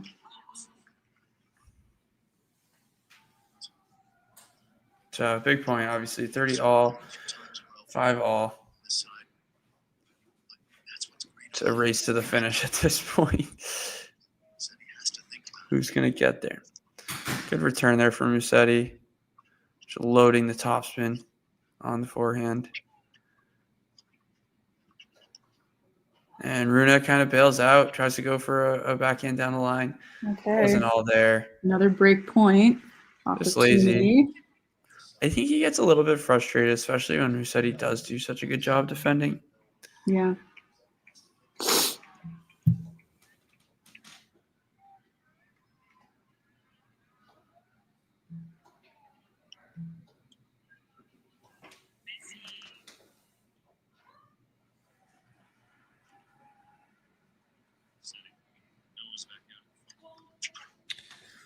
So we got a break point. I'd love to see Musetti win this set.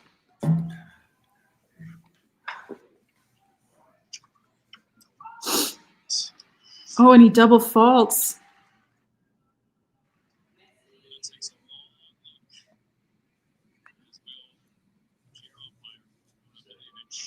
Oh, there are no way. They're arguing about it.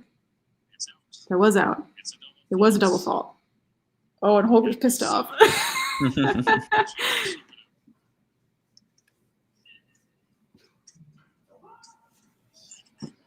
So Okay. Musetti's gonna get another chance.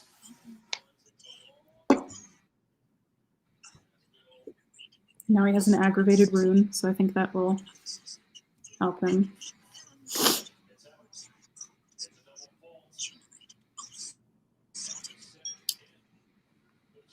I mean, I kind of agree with this. Like not every point has been super high quality, but there have been some really interesting points. I do think, some lovely shots from both players.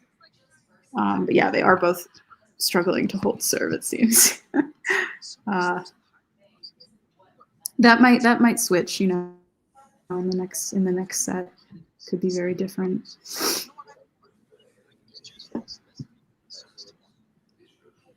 Yeah, Matthew points I out. still think Musetti has the edge.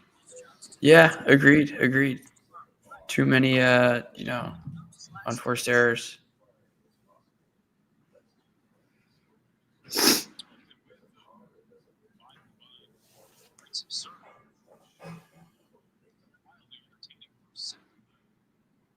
It's funny, I just heard the commentator say, this was a wildly entertaining first set.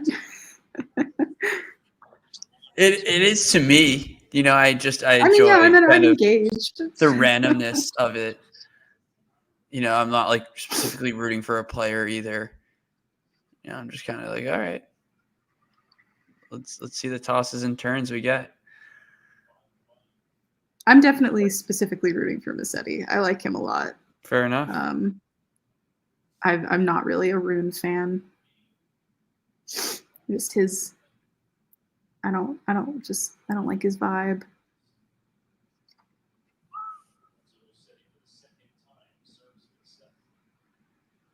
Okay, second serve from Musetti.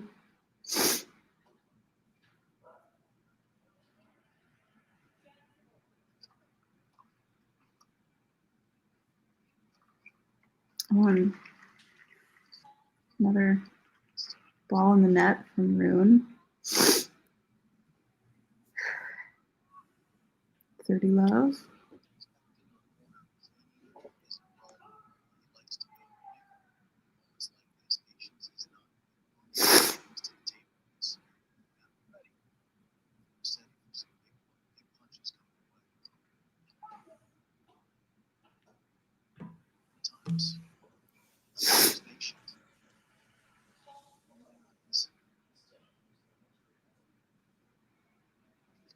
Double fault. Oof, double fault from Musetti.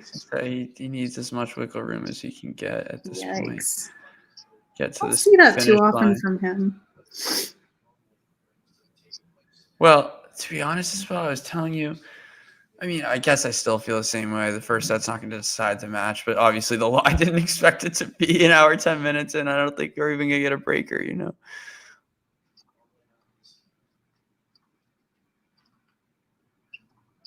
Oh, nice backhand. Oh, but he gets it back. Right. I'm going to speak on that backhand. That just like a very confident shot.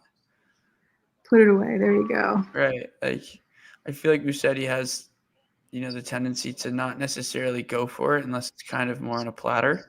Yeah. And that time he was kind of like mid-rally and just went for it. And he's got another set point.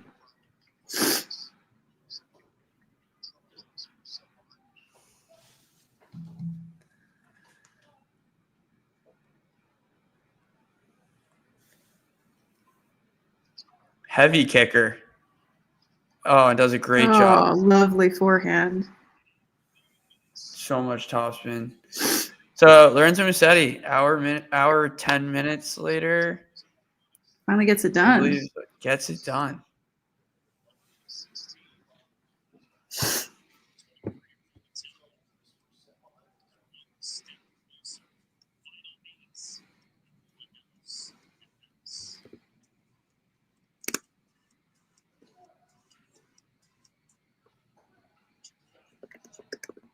So yeah, as I was saying, I mean, yeah, it feels a little bit more important, but I still think Holger can raise his level. You think? I do. It's Fergus. Hey. Hello, how are we doing? Hi, Fergus. How are we doing? Oh, You sound tired. yeah, I am. It's okay though. Yeah. Catch me up. I saw the first 5 games. I think Musetti was playing quite well, but then Holger just kind of brought it back. A couple of early errors from Holger, but that's all I saw. And then obviously this set's been long. Yeah, yes, it has. It's been a little up and down. I feel like they've both had some dips and then some. They've both broken. I mean, how many breaks of serve did we have in this first set? It was a few. Had to be like 7. It was a lot. Yeah, they just kept they kept kind of breaking each other. But then Maybe not that much. 6. Yeah, Holger had a double fault on break point.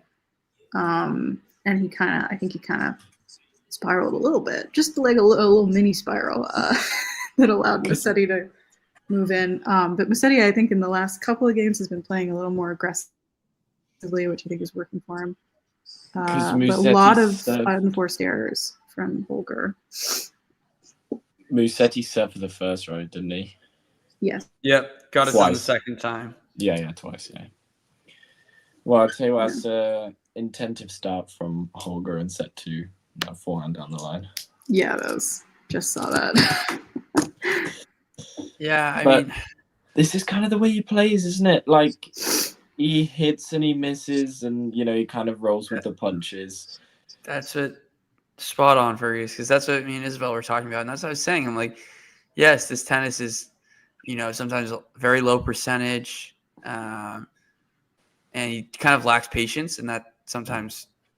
I don't think sometimes. I think it does, kill his efforts to, beat top players on a consistent basis because he does do that. But at the same time, it's the type of tennis that got him here, Yeah, so I can't discredit that. Yeah, it's the kind of tennis that won him Paris, right? That won him. Yeah. So kind of, unsettled Djokovic when he was at, his kind of peak. Musetti loves that return. I think I see him do it. So just sends it just as high up as possible off the backhand. He's on the stretch. I don't even think he needs to stretch for it that much. He just stretches and sends it so high up it unsettles so many people. It's like the rude return that he was doing in all week in Madrid, where off the backhand he was just sending it as high as possible. Holger Rune is celebrating the overhead is so good. Well, he's missed quite a few. He's missed quite a few. Yeah, Fergus. I saw his second overhead, clipped the tape, landed on the baseline, and then he somehow won the net at the point of the net. Yes. Ridiculous. Yeah, ridiculous. It's pretty sweet volley, yeah. Oof. Okay, yeah. Inside out forehand error from Musetti. I'm probably going to have to dip in a minute, go play my own tennis match. Oh, you've got your own tennis match? My own tennis match. Wow, there you go. To go to. Priorities, right? Big priorities. It's my only day off, so I had to. You've got to go with love and love. Otherwise, it's a disappointment. I don't know if I'll be that lucky, but... No. Yeah. Do you have a favorite for this one? Because I didn't actually get any of your thoughts. I mean, I'm pulling for Musetti always. Yeah. It was tough for me, Fergus. I was like, I don't really have an opinion on who I want to win. I was just I don't even know who to pick. I lean Musetti because of experience and how well he can play at this venue. So that's my take. But I thought we were in for a marathon and yeah. I mean, it started out like that, really. Hour and 10 first set, it's gonna be, yeah. And the longer it goes, the kind of I favor Musetti more. The longer it goes, Right. Maybe I said the because same thing. Holger's had a couple 5, like he's like taken unnecessary sets off of Exactly. That's exactly. I mean, yeah, you're saying exactly what I'm saying in terms of just like his approach, his play style. I think even in these longer rallies, like they're gonna favor Musetti just because I think Holger just lacks that patience and he just wants to pull the trigger any kind of look he gets. Jake, yes, I owe you my thoughts on Shelton Alcaraz. That was a really fun match. Like I was entertained. I watched the last 2 sets. I didn't see the first 2. What I will say is like I thought like Shelton was like really good, from return to the ground, and I was just happy with like his choices when to be aggressive. I thought like he took those chances and he went big. He just couldn't really win break points. Broke Alcaraz once, all match. I don't know the exact number of break points he had, but he was, I guess, like in that match. I mean, 4-1 in that breaker, 6-4 in that breaker, 6-5 with his own serve. You think he wins that first set? 3 set points in the first, right? Yeah. Yeah. As Holger just absolutely blasts a forehand down the line. Rips it. Like that's maybe what like we're talking 95, about. Like maybe 100. Like it's so big when he lands it, but the percentage 107. It's like no. It's 107. Shelton was ripping some 107s today. So did Alcaraz, I think, too. I used to. Sorry, no, go ahead. Well, I was just gonna say, problem is when you're given those break points with Alcaraz and the guy covers so much of the court, I feel like there are so many instances when the player just has to get inside their own head in the point. Like they're thinking, I have to paint lines this point, and then like it becomes your margins become so much smaller, and that's why it's so difficult. You're either relying on a Carlos error or you have to paint 3 lines to get it past the guy, right? So it's just ridiculously hard to kind of predict what's going to happen on that break point. Yeah. Very, very fair. Very, very fair. I think it's just so hard. Like I never felt like Alcaraz was like truly, truly threatened, if you know what I mean. Yeah. I don't know if you watched like the full thing, Fergus, but like you just always felt a little bit more comfortable with him from the ground, obviously, as anyone would. Yeah. But you're right about like, Shelton having just like go so big. Big Cheeky, lob. cheeky. There you go. Yeah. Okay. Yeah, absolutely. Okay. Musetti holds. I used to not be like a Ben Shelton fan. I wasn't necessarily against him, but I didn't really have like belief in him as a player because I'm just not so many of the Americans are like big servers and that's kind of all they have. And so I thought he was sort of in a similar category. But then at the his match against Sinner at the Australian Open, he was up like what 4-love in the first set, something like that. Yeah, it was something crazy. I really changed my mind. I really now think that like give it 2-3 years, and I think Ben Shelton will be a top 5 player, and will be consistently beating people like Sinner and Alcaraz like 2-3 years. Really? I really believe it. That? I really believe it. Like his movement. You think he'll be beating Sinner and Alcaraz consistently in 5 years? Yeah, I really do. Okay. I know but I just think it's a take. No, it's a take. I know. I love it. I respect you for having a take. But you don't agree with me. I don't agree with you. No. Well, that's why I'm saying like give it 2-3 years. Like I think he's still kind of figuring himself out as a player. But what I saw in Australia totally changed my mind because I really was like he's just a big server. You know, he's got a slight advantage being a lefty, but it's never gonna like live up to what these other guys are doing. But what really those 4 games or whatever it was, like totally changed it. His movement was incredible. He had great coverage on the court. He was like it just everything was working, and he was playing so much better than like I've ever seen Fritz play, you know, and Fritz is very consistent. So I really think given some time, he'll be top 5. He'll take over Fritz as the top American, and I do think he'll win a slam. I really do. But just give it a few more years. He's still like what, 22? I love this. I love this idea as well. I thought someone would agree with me. Do you both disagree with me? I disagree with you, but it's kindly because my respect for Ben. I was like you. I used to not be the biggest fan. My respect for Ben has just gone like through the roof. I thought his progression has been amazing, and I think what I was really first impressed was his semifinal U.S. Open against Djokovic. Yeah. I think even the match beforehand against Tiafoe, finally getting over that hump. Like I don't know if it really was a hump, but like beating Tiafoe U.S. Open. You know what I mean? Not easy. American Yeah. to American, Yeah, definitely little not brother. easy. Yeah. Little brother type of situation. He came through it.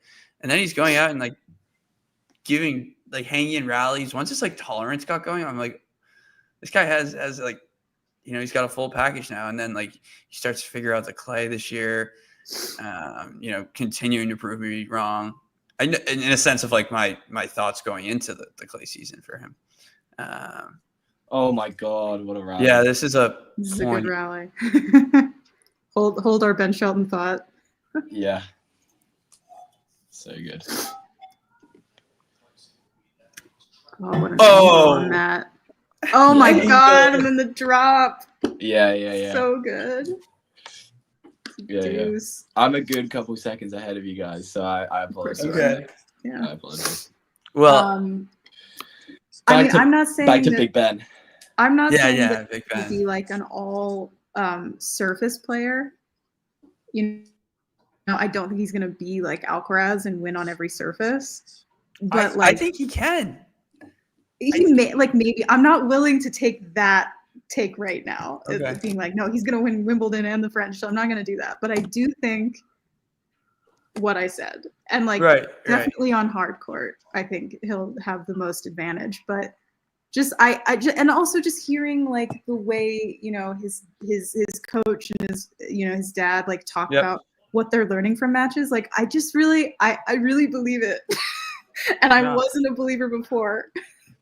I love it. I feel like I've been saying a lot of the same things, like especially with the coaching situation. I wasn't sure if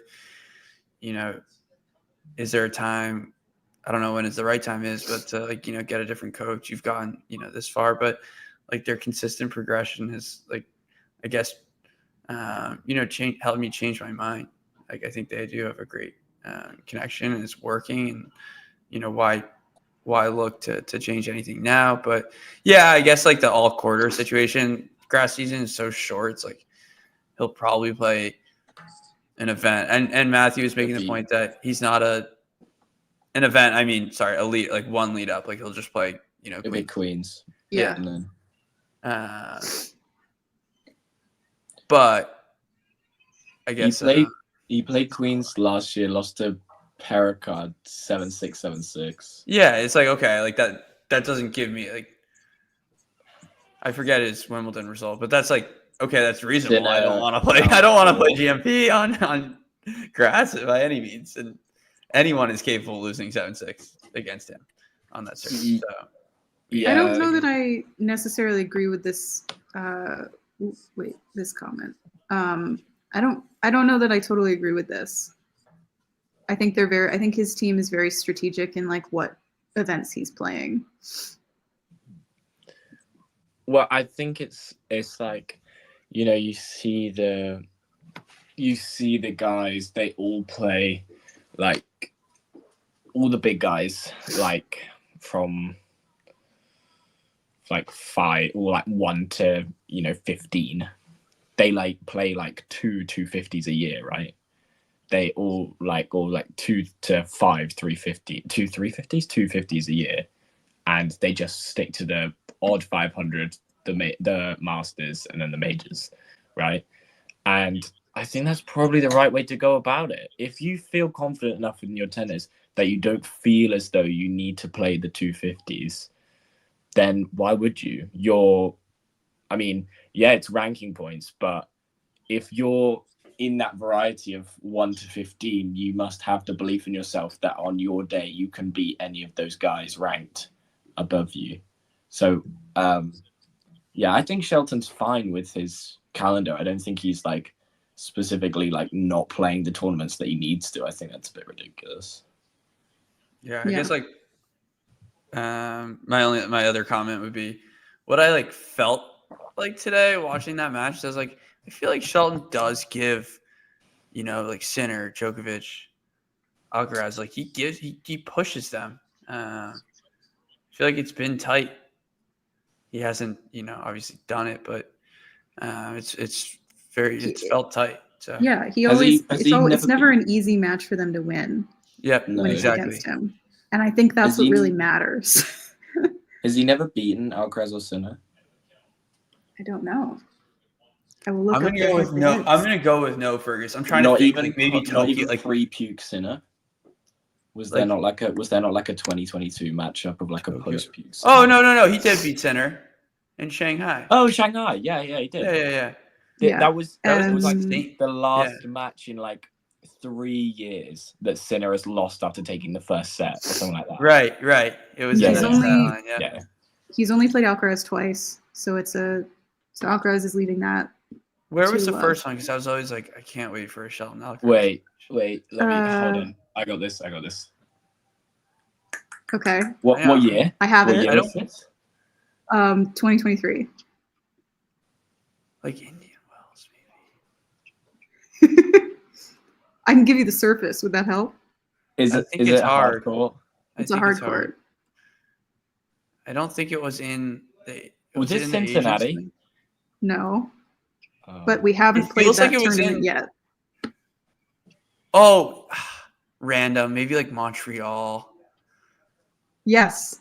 It was the it? Canadian Masters, yeah. Was it? Oh, was it? Yeah. Was that? So that was what Sinner Dimonor final, right? Yeah, I think so. Yeah. Yeah. Oh, okay. Yeah. And did it go 3, Isabel? I just exited out of it in front of me. I don't know, but they have only played twice. So that's weird how they've only played twice. I would have thought they'd played more. How many times have you played? Oh, Rune is going to be disappointed with that. Yeah, I feel like this could be a big game. Oh. Are you ahead? Sorry, I think. Wait. I'm watching 30 all. Okay, well, you're about to see then. Yeah. I mean, I don't. Once again, it's just like randomly, I'll bail out of this rally. Yeah. And it's like hit a drop shot from the baseline fading away with like really no 30 angle. all, 1-2. You have a look at a second serve and you just bail out the rally. Like, really? When you have yeah. It's just a bit strange. But how many times have you played Sinner? Like 3. 6. Yeah, it's been a lot. Yeah, I just looked at it. Sinner leads 5-1. 5-1. Yeah. I'm just thinking. Yeah. What's my bold take, Sean?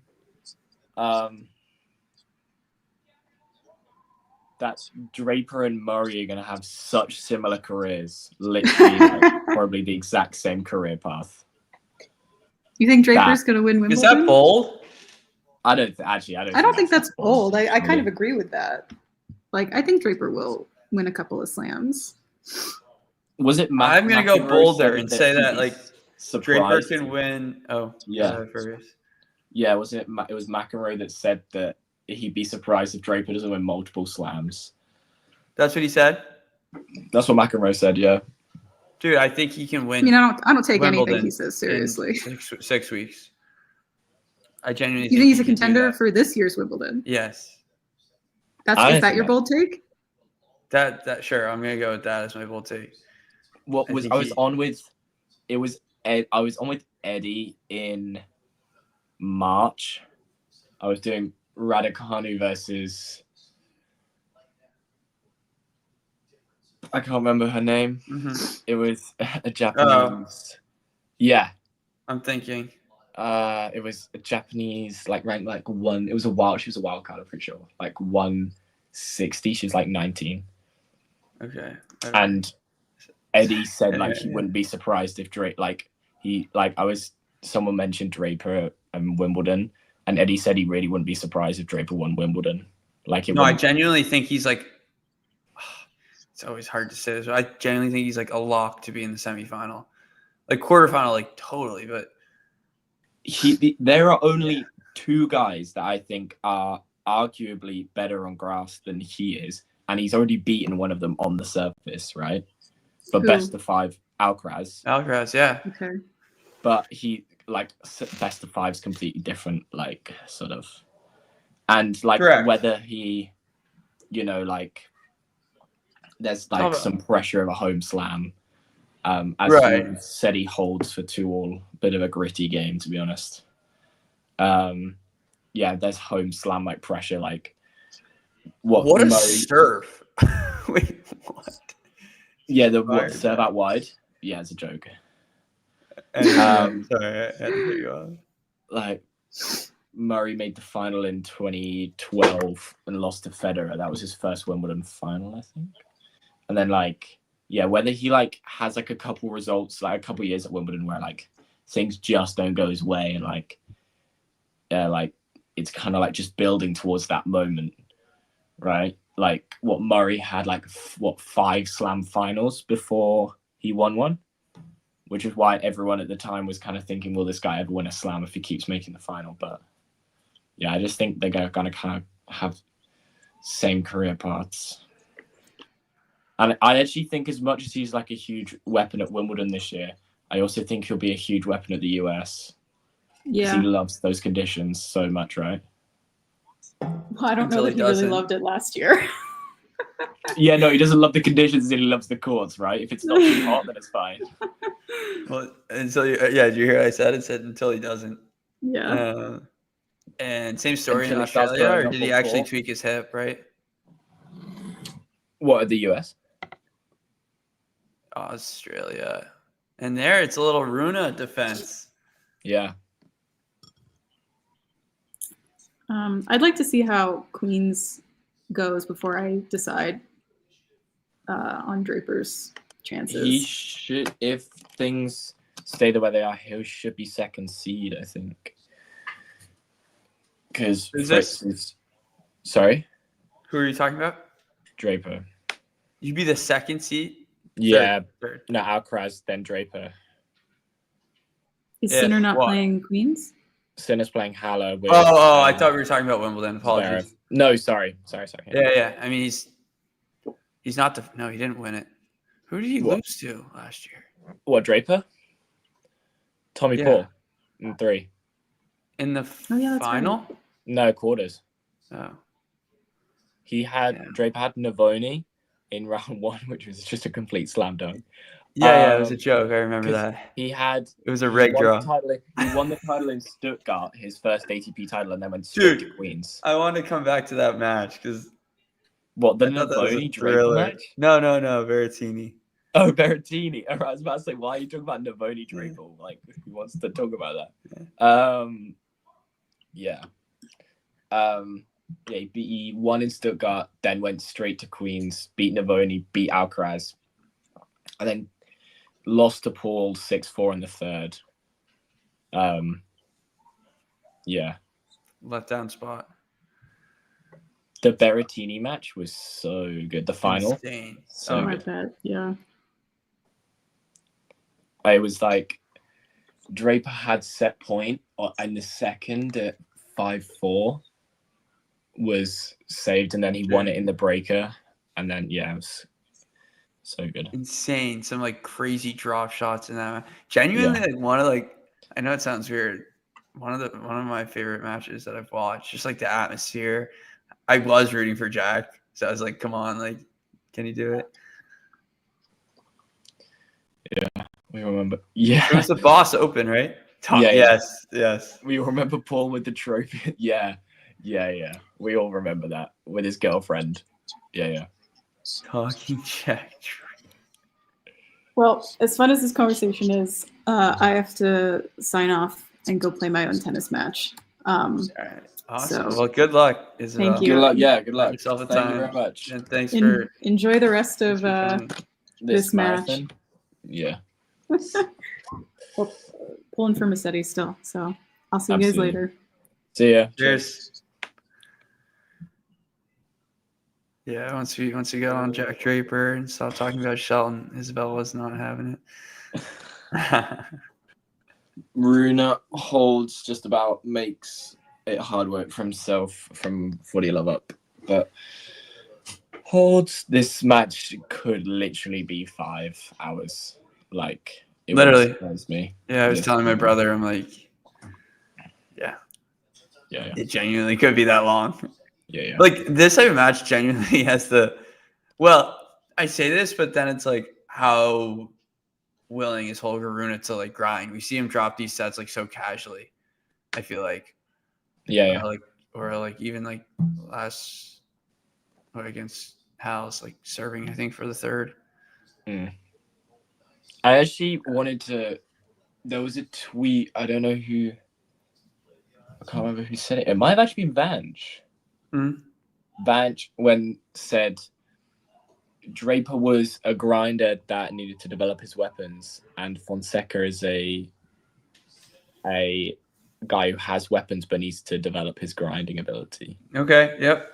Which I think is like so like is 100% valid. Like, it was. Yeah, you're right. It was Gil. But I think that's so true. Like Fonseca, when he's in a hole, all he knows how to do is hit out of it, right? He just tries to hit so big, and there's no real there's no real other answer apart from let's take the skin off the ball and 1 out of 15 times make a crazy winner down the line. Fair. I mean, I agree with the producer. I think Jack does have had weapons. Yeah. I mean, I'll be honest. I'm not like a legacy Jack Draper watcher. I did watch him on the Challenger Tour, but the guy's always been, Go ahead. Yeah. In juniors, he was like before he was like 5'8", I think, and he was a real big grinder. Like really, and he didn't really, have like too much. He loved to grind basically, and then he had like a huge growth spurt one summer, became like 6'2", and then obviously developed all those weapons. So yeah, I think that was what I read that somewhere, like ages ago. But yeah, his forehand's a lot more reliable. Start of the year, that AO match against Navone, dreadful, so bad. Like, was it 93 unforced errors or something like that? How many sets did that match go? 5 in the AO. Yeah, he kept playing 5-setters, yeah? Yeah, Navone, Kokonakis, then Vukic. Yeah. Oh, my gosh. Yeah. Then Alcaraz in round 4 retired after. Yeah, and just had no, time. he had literally nothing left in the tank. Like, we all knew the result. Yeah. Going into it. It was there was more of a question of how much Jack had left in the tank more than like whether he was going to be able to challenge. Oh, it's so good from Holger Rune. So good. I'm actually going to reset my stream because. Do you want me to pause? Right. I'm on 30 all right now. Just let me know when you get there. No, don't. You don't. I'm going to reset mine. I paused mine when I was all right. Isabel. Yeah. All right. Cool. So I'll tell you what the word is now.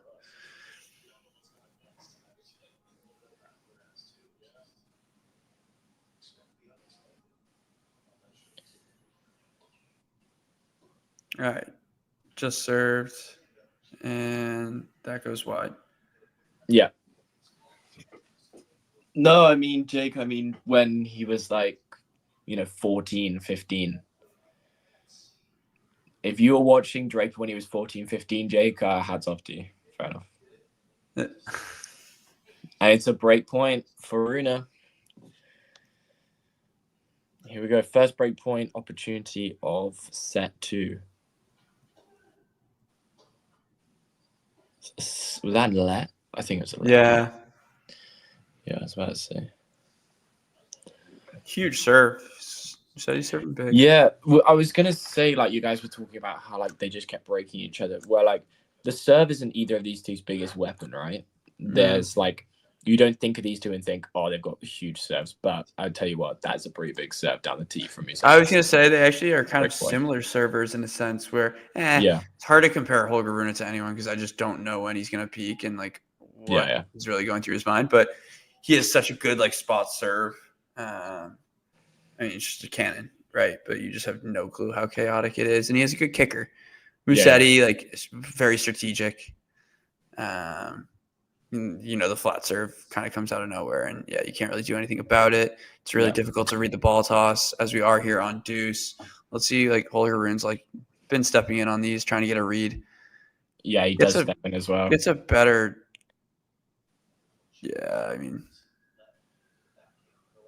decision. Yeah, it felt like that was going long. Oh, yeah. But I actually don't mind that play, though, from Musetti, to be fair. No, like, it was almost like it was what Alcaraz, well, a little bit different, but earlier today, Alcaraz kind of had a little bit more time as opposed to Musetti there. Yeah. And he faked like the dink, cross court, and then lobbed him. And then lobbed Ben. I mean, it was just like too good. It's that there's so many iconic points of like Djokovic Federer at the AO, like Djokovic like drop volleys, and then Djokovic just lobs him, and Federer like tweener winner. Another we lob are with a point. It was tough because Musetti had his footwork all wrong on the +1, so he kind of had to just like neutralize the point. Oh, and he misses a slice wide. Oh, it's such a good point, and Rune takes it. And Rune is amped. He wants some love from the crowd. Yep, and there you go. Rune breaks first in set 2, coming up on an hour and 45. You knew this how it was going, but as I said about Musetti going into the first set, he was like looking to serve for it. I'm like, I don't trust him to serve it out like casually by any means. He's pissed. Is he talking at his team right now? Who, Lorenzo? Yeah. I think he's just like chuntering like to himself, kind of like not talking directly to his team. He's kind of just talking about what he should have done at that point. Yeah, I mean, even at the start of the point, he had like a really good serve. Just got the +1 kind of footwork all wrong. And Rune did enough with the backhand overhead. Yeah. Oh, exactly. Yeah. Yeah. Rune's so talented. Like, that's a shot he like loves to hit. I think that's the hardest shot in tennis. I've tried it. No, it actually is the hardest shot in tennis. Like I've learned a little bit more as I've done it, but no, it's so hard.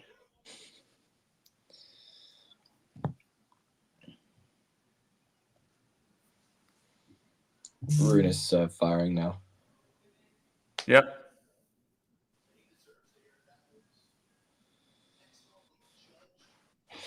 And this is the thing, Rune goes through these purple patches where he's just so good. Like that match against Alcaraz in Barcelona, like he was just unreal. Yep. And then, he just loses to Mute in Rome, As one would. Yeah, true. Firecracker beforehand there from Musetti. Yeah, absolutely, so big.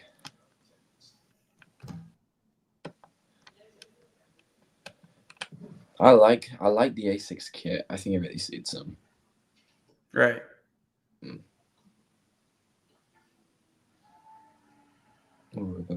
Arm sleeve is tough as well.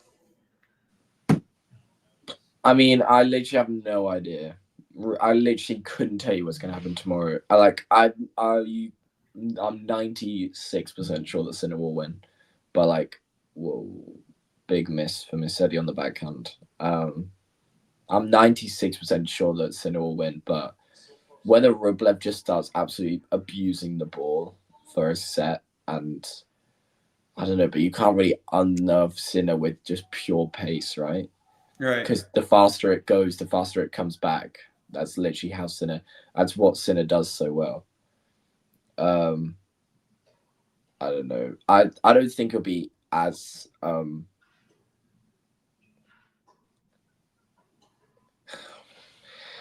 Rune, a very comfortable service game, the first I've seen since we've been here. Yeah. And Holger holds. Rune plays 1-0-10. Yeah, exactly. Rublev does play one. He plays very one-dimensional. Yeah. And BRB Fergus grabbing no worries. a snack here. No worries. And it's kind of hard because I don't think it'll be as big of a beatdown as Lehechka got. Lehechka got absolutely outclassed in every single way possible.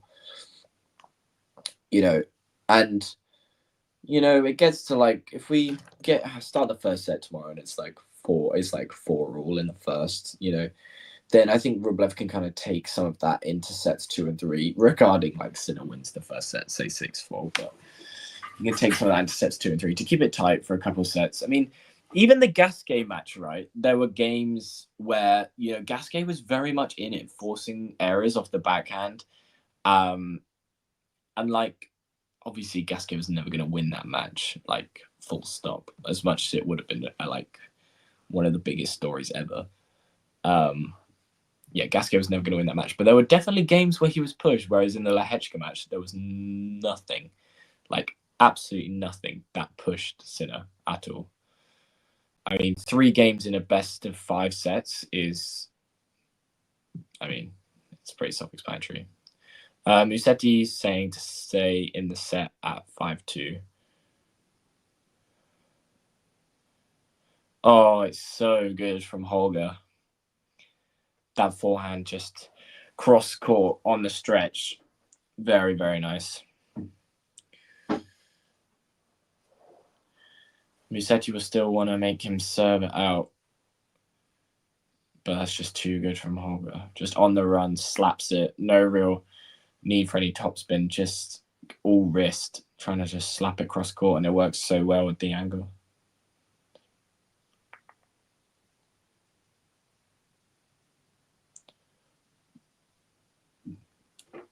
Can't repeat the trick as that slap forehand goes long. I can see Shelton and Draper beating Carlos in the US. Here. Not sure they closed the gap. Matthew, is this like you talking about? You think Draper and Shelton can like beat Carlos of the US or AO? Do you think there's a big gap between Carlos and Sinner then? Because like, kind of just talking about, you don't think they can close the gap on Sinner, so is there a big gap between Carlos and Sinner?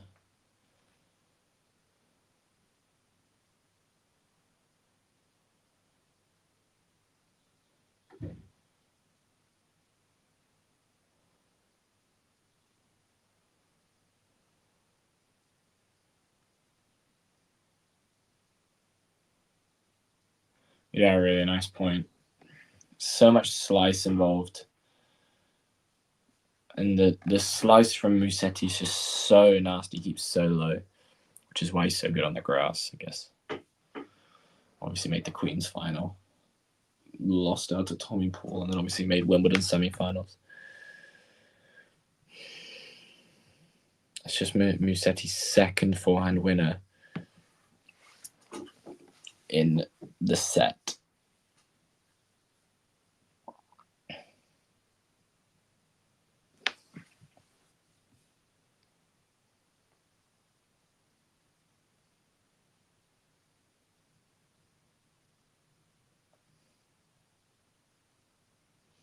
Yeah, return's too good. Rune just in one of these purple patches where he's just nearly unplayable. Unfortunately, these purple patches don't come around often enough for Rune's sake. First, I was listening to your breakdown of the Hechka, and you talked about Gasquet. I thought you did a good job there. Thanks. But Gasquet did make him work a bit, right? Yeah, like it's crazy to think that the Gasquet match was closer than the Hechka match, right? By a long way as well. There were comfortable games there for Gasquet, like holds to 15. Mm-hmm. Obviously, the Hechka didn't have any of those.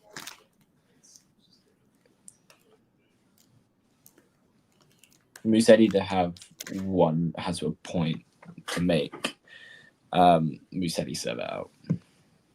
Right. I mean, it is important. Also meaning that Musetti gets to serve first in set 3 if he doesn't break back. Yep. Well, Rune's wanting to get it done, and 2 smashes on top of the net means they're at juice. Yep. I always think more aggressive from the middle of the court. Go ahead. I always think though, I kind of like it when these games, they're like before they have to serve it out when they're tight. You come through and then they have to serve out straight away, that they haven't taken those opportunities just before. I always find it so more interesting. Is that? Oh, I thought it was good. Oh no, it's long. Might as well be, right? Nearly just a huge winner. Fine winner. Oh, NNB in the chat. I haven't had the NNB in the chat. You know the vibes. Sponsorship. Musetti with another point to make. Yeah, well, I made this point early, Fergus, but I feel like the ad side is kind of where each player is like a little bit more vulnerable in a sense. Yeah, wow. I mean, that's a huge winner. It's just so big. I want to see the MPH on that. So big. Above 100. Yeah. It's just 101. His whole body into it. Dude, these open stance forehands are just crazy. Yeah. You're right. It's just throwing so much rotation through the shoulders. And he's putting literally, it's a leaping forehand as well. So he's putting all of his energy that he's gained through his body, through his legs, into that forehand. It's just a joke. And then he does that. This is what he's saying. We know exactly what we're going to get with Holger, but we don't know what quality we're going to get with Holger. Yeah. Are you on last ball drops as well? No, sir. No, I'm not. I need to get some sleep. Musetti holds for 5-3. And, Rune will have to serve it out. Holger shaking off a little knee tweak there. He's got wrong-footed a bit. Ooh, yeah. I'm trying to think who Holger had in round 4 last year.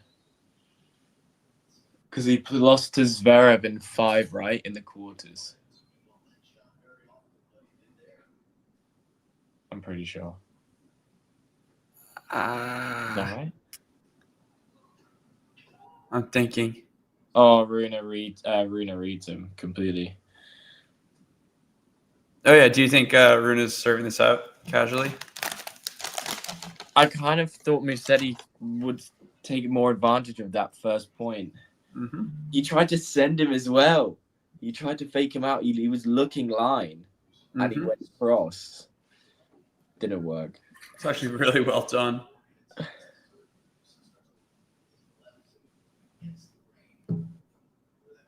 No, Giving the box an earful.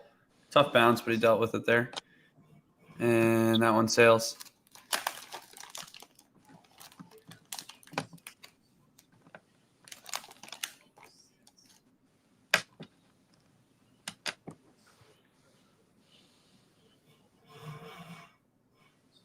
I love the. I'm just. Hold on.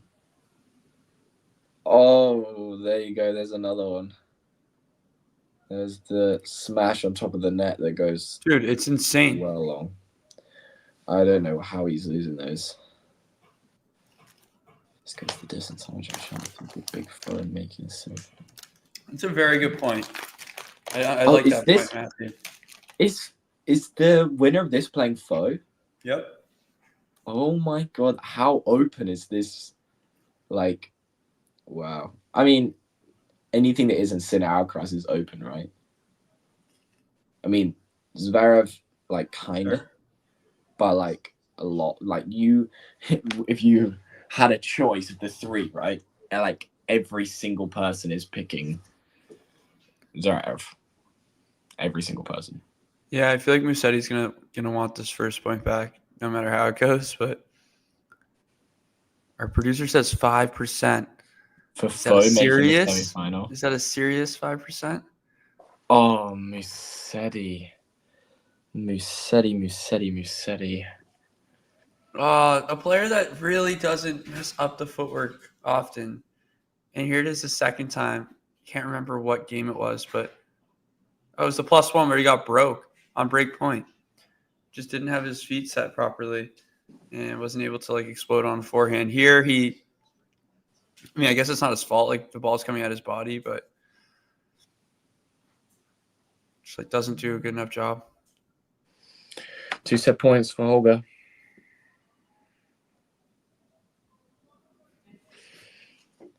Yeah, I don't think Tiafoe's beating Rune or Musetti either. Even if this goes like 6.5 hours, like, I don't know. I still feel like they get it done in 4. I just think clay experience rules here, even though Tiafoe's like kind of found some form out of nowhere. Right. I'll be very honest. I have not watched. I barely watched Tiafoe this tournament. No, yeah. Well, I mean, that's a point construction if I've ever seen it. Yeah, So, yeah. That's how you want to match. But Rune takes the second. Yeah, our producer brings up a big point. When Rybakina messes up the smash on break point, she was up a set and a break at that time. And, just gave Iga an avenue to get back in the match. But really, it was that following game, which was pivotal. It was like a 10-minute hold, I think, for Iga. And then she broke to love the next game. Well, to be fair, I didn't give Rybakina any sort of shout against Iga. I thought it was kind of really. I was with Damien and Banch and Carson on LBD, and me and Damien kind of agreed that it might just be like Roland Garros fever, and like she'd take out Rybakina like 2 and 3, but it was definitely not the case. No, I did the watch along with James for Ryba, Penka, and I was like, all right, yeah, this is a level. I mean, that made it, good form from Strasbourg and kept it going. Absolutely. That tournament, right? Yeah. Yeah, was she on a 10 match? Oh, well, she lost today. So, 7. Yeah. I was about, because for some reason I just thought she won today, but she didn't. Well, I think we got a thriller. And that's what I kind of thought we were going to get. Yeah. Penko obviously would have been like blockbuster in a sense, given the head-to-head, but yeah, this is like more of a tennis match, if that makes sense.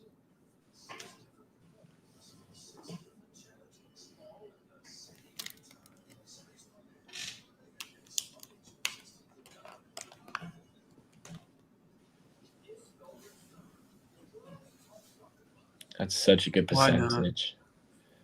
Such a good percentage. Mm-hmm.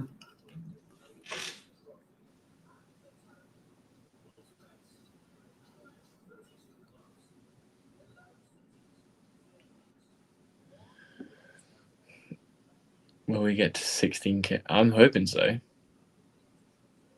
Let's aim for 16K by the end of Roland Garros. What's the number now? 5. Oh, yeah. Yeah. Oh, yeah. We'll get it done.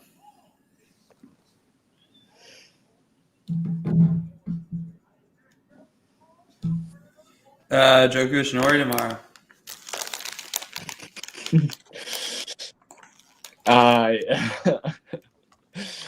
I don't know. All right, here's my Go on. You go starting first. point. You go first, and then I'll give you my. No, I'm just gonna. I'm not even. I don't know what I'm gonna do, but I'm just gonna throw stuff at you. Do you feel better, worse, indifferent, having seen them play in Geneva? Geneva was good. I actually thought it was probably the best match Norrie's played against Djokovic. I mean, apart from that first set at Wimbledon in the semi-final. I mean, Norrie I had nothing to compare to at the time because I was like the fourth tennis match I ever watched. But Norrie, looking back on it now, Norrie played so good that first set at Wimbledon, and Novak kind of like was just missing. Like it wasn't like big misses. It was. Wait, hold that thought. Hold that thought, because I meant to ask you this when you said it. You think where do you have Draper as a contender at Wimbledon? You said top 3, right? I mean, I think semis is probably like, it obviously depends on draw. If he gets his own quarter, right, then if he gets his own quarter, I was just just saying, like, you didn't include Novak in that conversation, and I was curious if that was. Oh no! Like the guys, I think it's Alcaraz and Djokovic, and then I think Sinner and Draper on grass goes 5. And it's real close, and it's kind of like splitting hairs. Is it too early to say? Do you feel like momentum for Rune? I feel like I guess we do see his like character and energy come out, but yeah, I feel like you see so many. Let's see how long he can hold it. Yeah, you see tough holds so much in first games of sets, right? Like momentum shifts so quick. Like say Rune look, Musetti hits that clean backhand down the line, and Rune is like scampering, and like momentum shifts like this constantly. So I don't know, but no, I think if Norrie can make it, Norrie needs to make it as physical as possible. Like as physical as, but like take it as long as possible. Keep Novak out there for as long as possible. Like make him work for every single point. Make him play as many balls as he wants. Like that's the only way he's going to get anything out of the match. I think I'm feeling nice, so I'm going to say Djokovic in 4. But yeah, Geneva's different because it's altitude clay. Like it's kind of, and that's where Norrie's like so brutal. Like he'll sit there all day hitting forehands or backhands back into the corners. Like he can go for as long as possible. I saw something ridiculous the other day that was like Norrie can keep his heart rate at 200 for 7 minutes, which is crazy because most people can't keep it at 200 for like 45 seconds without passing out. That's insane. Like, is that a real stat? Yeah, that's a real stat. Like he's just crazy at some point. Yeah, it's crazy fitness. So if Norrie takes it really physically, then he kind of has a chance. But I just think Novak's going to take it out of his hands, right? And I think Norrie needs to play an insane level, which it's not like Norrie did. Well, I don't know. Norrie played a really good level against Medvedev for 2.5 sets and did so well to come back in the 5th. They're not playing at night, so that adds a bit of zip to Djokovic's game. That's an unreal return from Rune, by the way, at 40-15 on Musetti's serve. Yeah, I mean, it kind of takes away Yeah, I'm torn at the moment. Obviously, I want Cam to win, so I'm being biased, but I think Djokovic would take it, pretty simply, maybe in 4, if he can make it physical. But if he can't make it physical, then it's gonna be taken out his hands purely with striking ability. Good hold for Musetti. Nori wants some slow conditions, I guess, so he can make it a mega grind, but although he has great fitness, being a good clay defender is a bit different. I think kind of Cam's always been a pretty solid clay player. I think he's made the third round to 3 years, 3-4 times before, and this is the first time he's played the second week. I think Rune is checking the balls because he doesn't think they're there, but the umpire thinks they're fine. Interesting. Maybe it's just one strange one that. Yeah, I mean, Nori was used to play the South American swing, didn't he? So, and he had good success there, really good success. So, yeah, he's always been a half decent clay player, but. Yeah. Oh wow. I don't know. Is that Ghibli? I have no clue. Ghibli, yeah. He's giving us a lot of thoughts. Yeah, absolutely. Definitely excited to read in.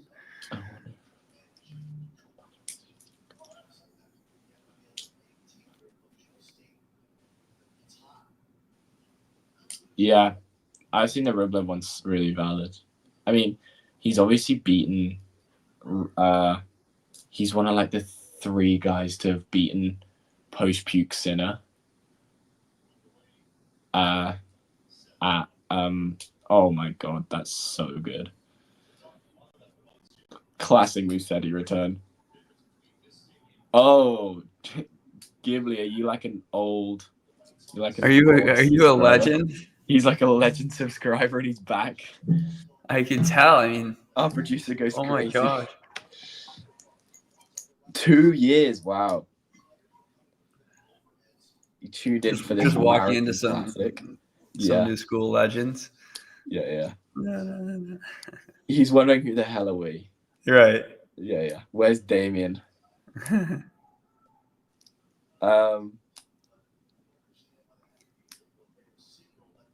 Wow, here we go. 3 break points straight off the bat for Musetti. Yeah, what was it, Montreal that Rublev beat Sinner? But yeah, I think Rublev's got to serve so good, and he's got to be crushing every single forehand possible. Nick went to politics. 150 for decent tickets. Mario became Pope. Great backhand from Rune. That is true. Mario, it's the only one that's true. Mario is the Pope. All right, well, I want to pronounce his name correctly, or Ghibli. I don't know. Yeah, Ghibli. That's crazy. Okay, let's see. I like this. I agree with this point. It is a little bit on Rune's racket, but does he have the patience to even give himself opportunities? I assume Alcaraz would prefer Musetti to win, but yeah. I probably agree with you there. Musetti breaks at the start of set 3. Just when I thought Holger was getting going. Yeah, you said it. You we'll see him again. We'll see him again soon. Maybe. Nori wants slow conditions. Yep. The slower the better for Cam, but then it's strange because the slower the better, and then he's been his best results come on grass, right? Finalist of Queens, semi-finals of Wimbledon. Well, it's because that backhand, man, it's so low. Insane. It's like it was actually curious. He said that you would not teach anyone to have the backhand that Nori has, but it's when he's playing well, it's so effective. That's why he got to 8 in the world, right? Like, it's so effective, especially on the grass, because it keeps low as it is, and then you get that backhand firing, just ridiculous. I mean, I had some good confidence going into the Geneva match for him. Honestly, I was like, you know what? Why not? Especially because I didn't really think Djokovic was there to win that tournament. No, it was like another Djokovic tournament that he kind of like loses. Like, well, he just wanted like one more clay wrap, you know? Yeah. Obviously, I mean, it's great, 100th title, right? Yeah. So like, awesome to like check that off. I don't know how important that was to him. I mean, if there was no like 99 titles, I wouldn't really care that much about the 100th. But anyway, I think nice to win. I think it's kind of like I think he was kind of hoping it came at like a Masters or like a Slam. I feel like it would. Right. I think Miami was definitely like, oh my the gosh, banker. Crazy kind of like we were on for that one. Yeah. That was kind of a thrilling final. Mensik just playing absolutely nuts. Just went mad. Like the serve was just so big. Oh, some cheeky hands there from Rune. Yeah. That story that came out, it's like probably one of the more underrated stories I feel like of the year. What, Mensik? Mensik wasn't gonna play Miami. Yeah, he wasn't. Remember? He? Like And the then doctor he saw wasn't the there. doctor. Yeah. He was going to the doctor, but they were like at lunch or something. Yeah. And then they saw a different doctor, and they were like, "Yeah, we can fix you up." That's so weak. Unreal. And then he was like 8 for 8 in the week for tie breaks. Breaker, yeah, it's just awesome. Every single breaker he won that early point and just absolutely smoked. Just he won the 1 point was enough. Like for him, because his serve was just so big. And just nails against Djokovic. I'm like, how is this like this kid's 19. I know he's 6'4". He does seem 6'6", but I think I remember him being like 6'6". Does sound more realistic. Anyway, the guy's a man child. You don't think of him, you know. Yeah. He's got the goods, man. That was crazy. Proved me wrong, like all tournament, I feel like. Yeah. Pretty. Wow.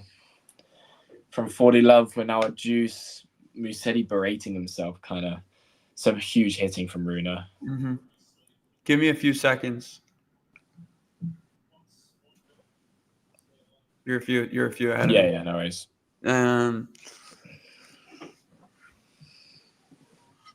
Ghosty's in chat.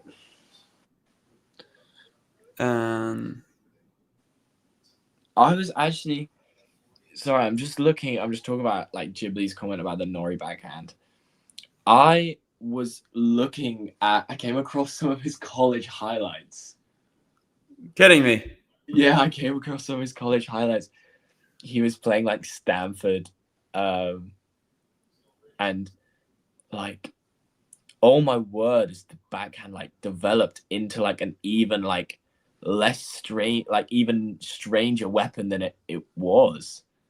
Like in the TCU highlights, it kind of looks more. He's got more of a follow through. Like it's actually like the same action in the start, but he has a follow through. Like now you look at Nori, it's just like he's bunting. Like he's just bunting it back. But yeah, it's crazy. That's crazy. I mean, I feel like Fernley is great prep for Djokovic. Yeah. I guess that sounds weird, but I genuinely think he is. Because I think he, like Fernley's like, oh, it's a big hold, for you love up. Hold. Yeah, but I think Rune could kind of take that into this set about like kind of take that game into thinking that he's never truly out of a Musetti service game, right? He's always in there, just like 1 point at a time. Yeah, I like this comment. Sometimes ready to place that method of. Yeah. No, I think that's so fair. Yeah, I'm always curious about. I mean, Tsitsipas, man, it's just been an interesting ride. Yeah. I don't know what he Just does. like really shows you how difficult this sport is. Yeah, to absolutely. be the best, to beat the best. It's I mean, wins the title in Doha and then like capitulates. Yeah, just says like, goodbye to the chat. Yeah. Whereas what's his Says live goodbye to ranking? the top 26? 15 that he'd been in for 7 years. Yeah, I know.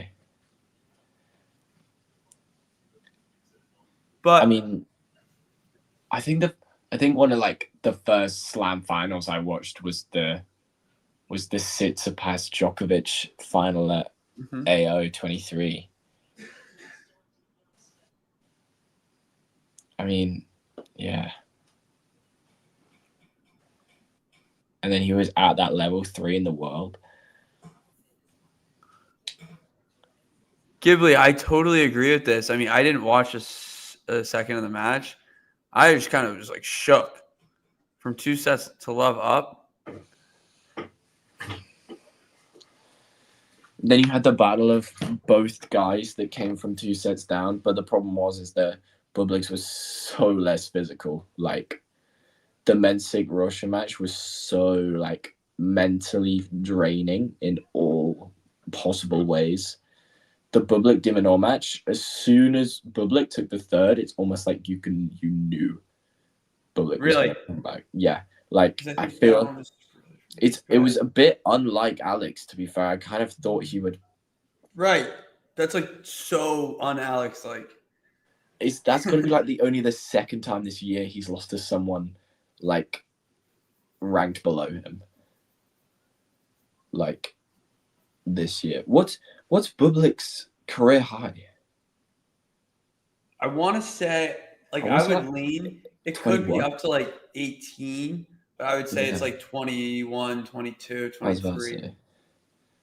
Yeah, 21. And I wonder when that was. I wonder if that was just 2 years ago. No, because there was. I remember like when I first started watching like religiously. I remember Bublik was always like seeded for the slams and stuff. Right. Which is crazy to think that like 17. There you go. 6th of May, 2024. Surely that would have been 6th of May. So about this time. So. Isn't that so? So what? Just middle of the clay season? Did he ever? Did he go crazy in Madrid? Madrid. Yeah, did he make quarters in Madrid? Yeah, I think so. Yeah. But I don't remember anything special in the lead up.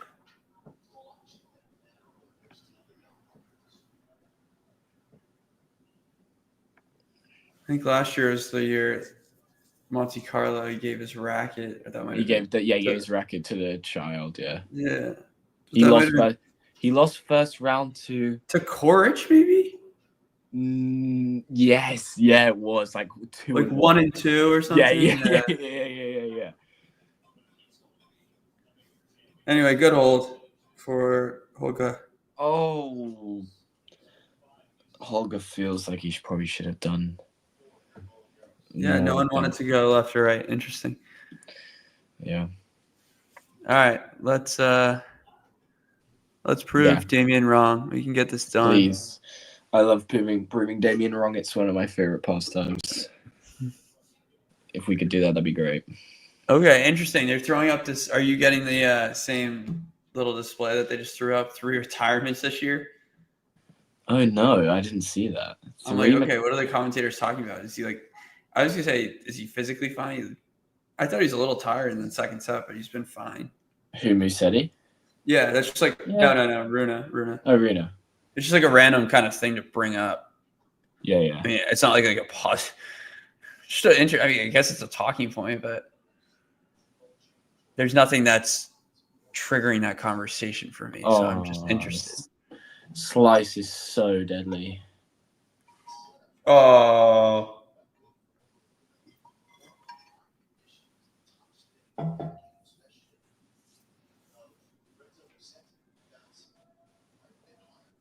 Yeah. I haven't watched any Zverev. No, neither have I. You will not catch me watching Zverev unless it's a big match. But I might tune in for Zverev Greeksport purely because it's kind of like Zverev Greeksport, you know, they're always entertaining. Yeah, what's the schedule tomorrow? Musetti holds comfortably. That's the first two comfortable holds that we've seen in a long, long time.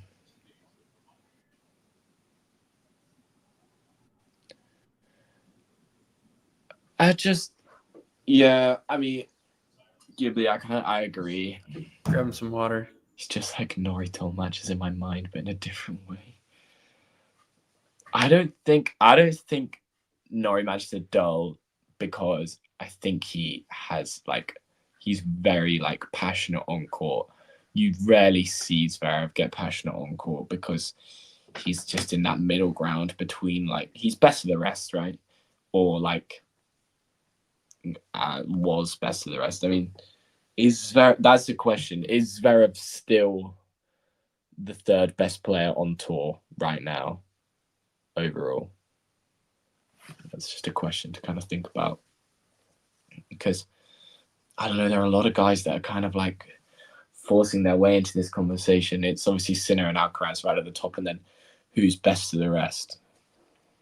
Who's challenging the two guys at the top? Like, but I'm not talking about like the next three guys. I'm talking about the guy at three. Like almost like the new big three. Like, if there is a new big three, Sinner, Alcaraz, who's number three?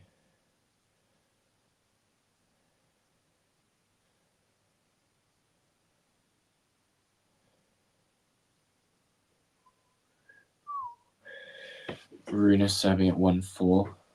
Musetti pulls forehand.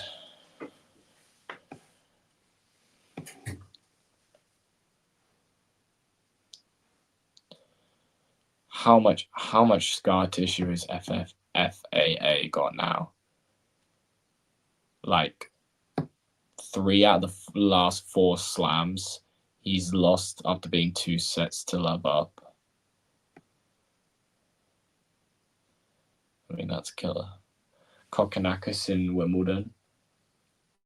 And Ojali's team had so many match points as well. I swear he had like 3-4 match points.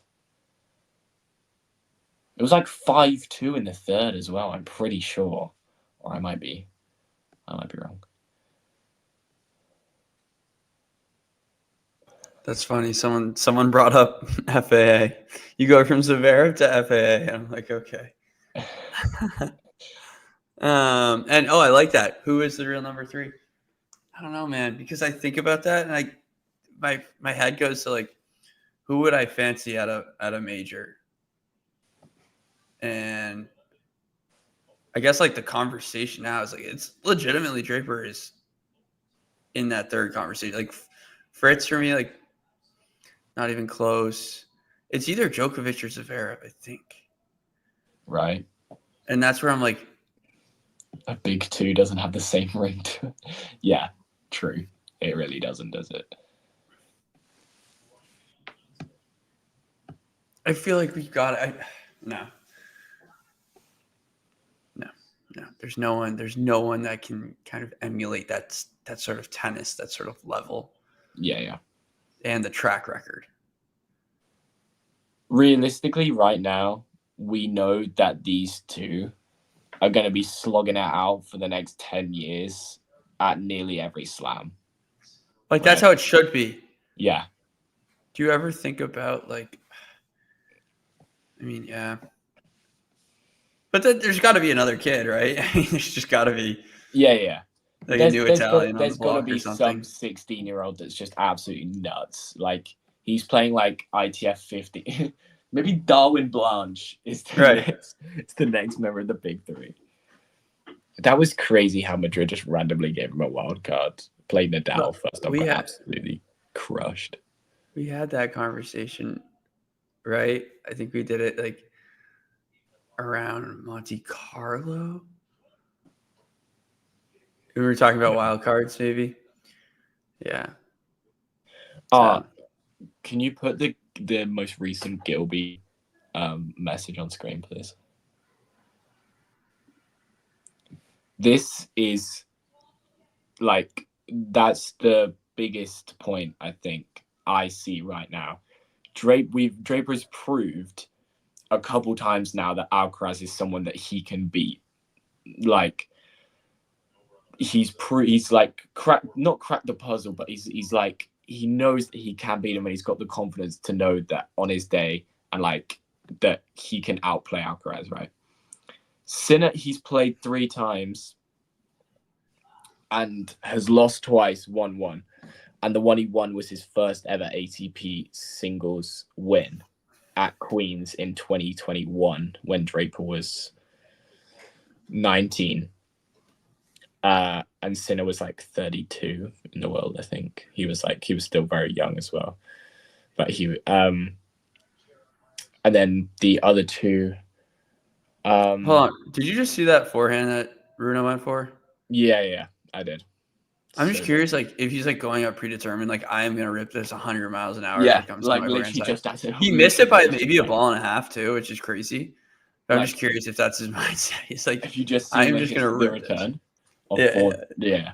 Like, he's just going so big.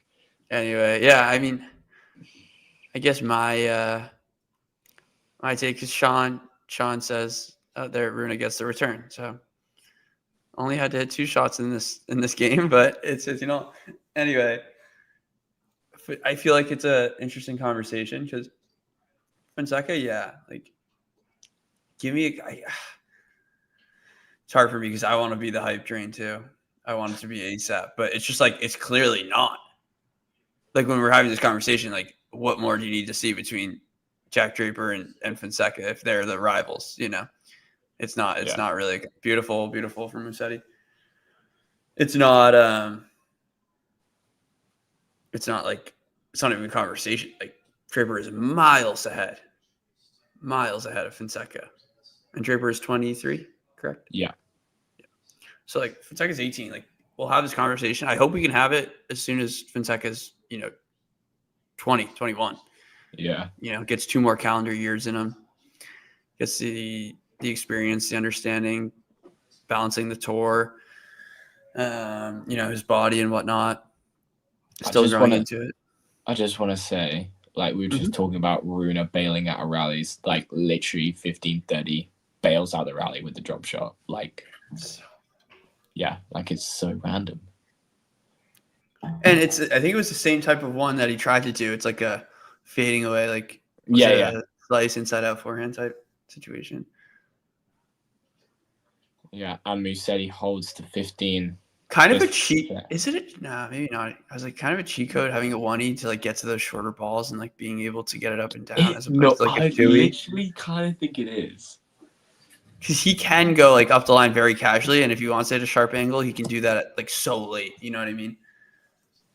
Whereas other players, you have to like get there early if you want to go up the line. Righties, that is, I guess both. But anyway.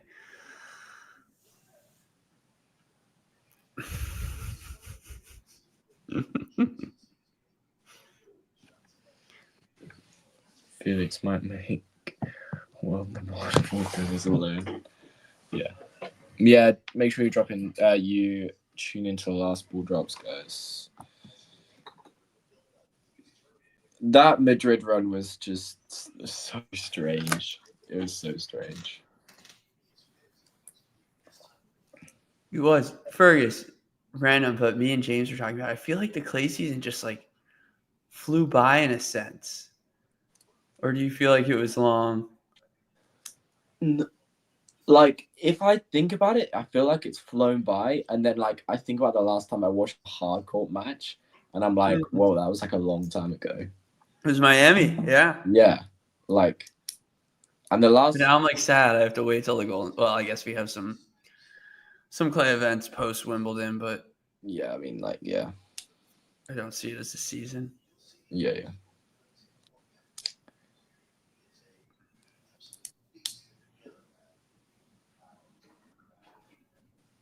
I do think that's actually the strangest part of the season post Wimbledon. Until we get to Toronto.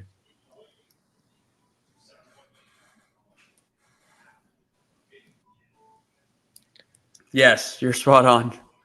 Yeah. And then it's like a slow, like upward. You know what I mean? It's like the U.S. like hard courts are like they're it's like a burner until we get to the US, and then I really actually just feel like we're all just slowly building up to Shanghai, and then that's it, kind of. Rune is the only one who would go for that shot. Yeah, no, like he's so pissed off because Musetti is. I was gonna say this. He is the best defensive lob player in the world, and he's just Holger's so pissed off that he got that ball back. He's like, I don't care. Yeah, I'm just gonna absolutely leather this. Yeah. There's a kicker where I thought he could make strides in this match, and like just it's not far off. Like Musetti has the ability to hit that pass, just like level of difficulty. I think that's where Musetti can get exposed on that kick serve. Really well done there. I feel like Holger hasn't gone to it enough, but hey, he's on his way to a. Well, I shouldn't say it, but 30 love. He's got him on absolute. Got to do the same thing. Ask the question.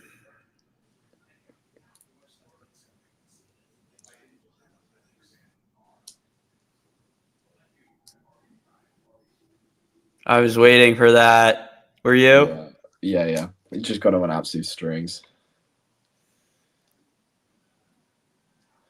Andy Murray is the greatest lobber ever. It's not close. Once you lob Karlovic, I mean, like, yeah. Oh, no. All wrong. Okay. 30-all.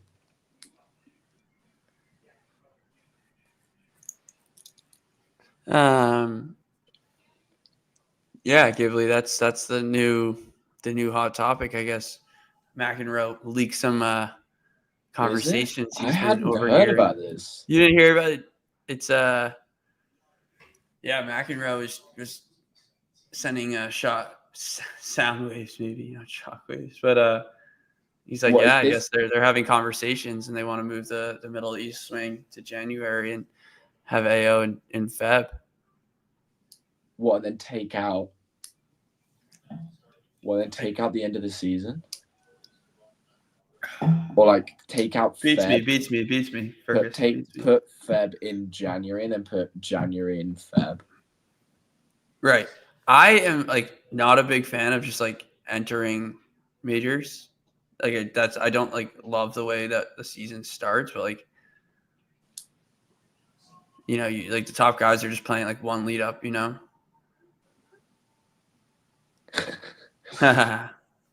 Yeah. Job well done. Gets the hold.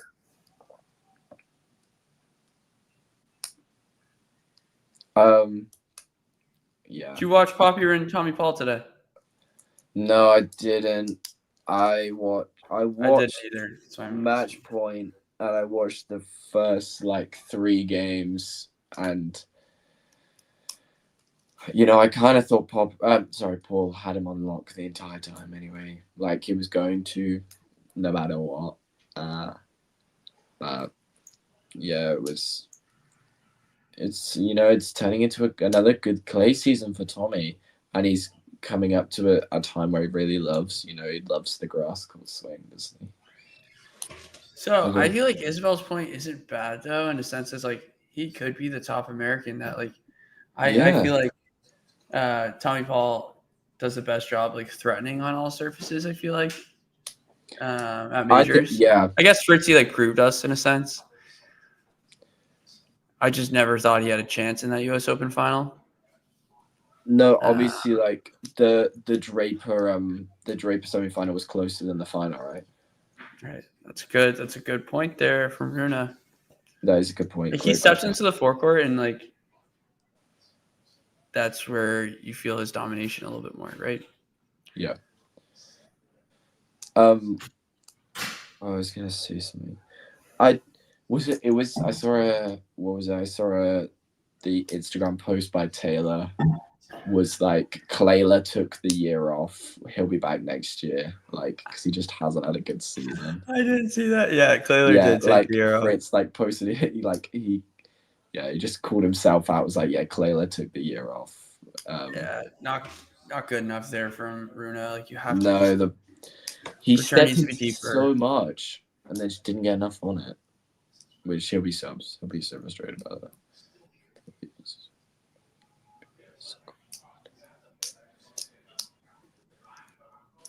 Where do you stand? I mean, if Musetti does, I mean, I still feel it's pretty tight, and like Rune could take the fourth if it does get there and he's down 2-1. But here we go. I mean, this is point of the match in a sense. Yeah, this is so big.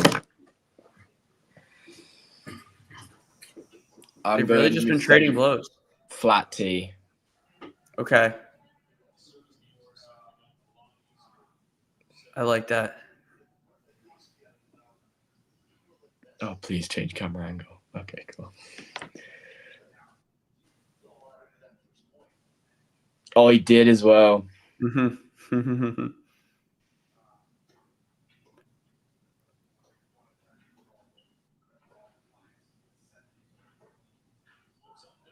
Oh, it's such a good second serve. It's so good. It's so good. Like, yeah, it is. You said he does have big balls, you know. Like he's willing to go for it in those moments. Like I always feel like that. I mean, I'm not a pro, so whatever. But I just feel like that kicker is a little bit harder to hit, you know, as opposed to the big target wide one. Yeah. Well, set point for Musetti.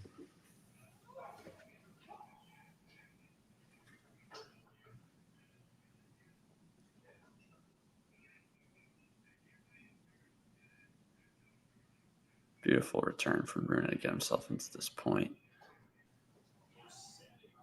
Musetti teeing off. Insane defending from Rune. So good. But Musetti takes the third. The backhand back behind him. I mean, that's just awesome. Unleashing on that forehand. Rune is able to clip the tape, but Musetti creates an even better angle. Right. 2 secs. Chilling. All right, guys. Throw in your predictions. Who is taking this fourth? Are we going 5? I thought 4 was a given. I think we're about just over 2.5 hours into the match now. Yeah, pointing to Corey. He's saying it's my time.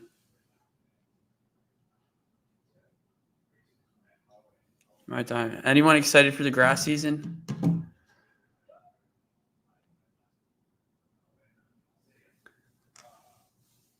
Always aesthetic. All right, go. So you're going with Musetti in 5.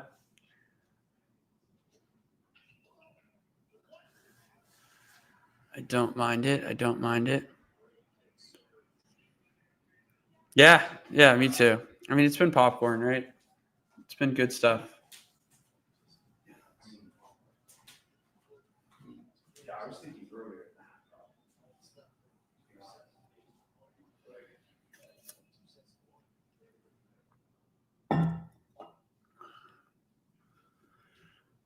Let's see.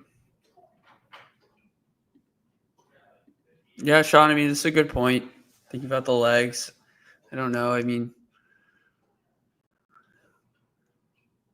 went 5 with Hals. I think he should be 5. Fine. 5, maybe more of a question mark. I feel like we never know with him. That's good, Ghibli. I was kind of keeping my eye on the match, but I was more focused on the Shelton Alcaraz match. Giaffo, you had to drop a set. I mean, fair draw, but he's taking advantage of it, taking every opportunity, and now he's here. I guess as quickly as he could be. Yeah, and I was thinking, Altmaier, does he take the third, make it more of a marathon-esque match, stretch it out, gives him a better chance, but wasn't able to do that.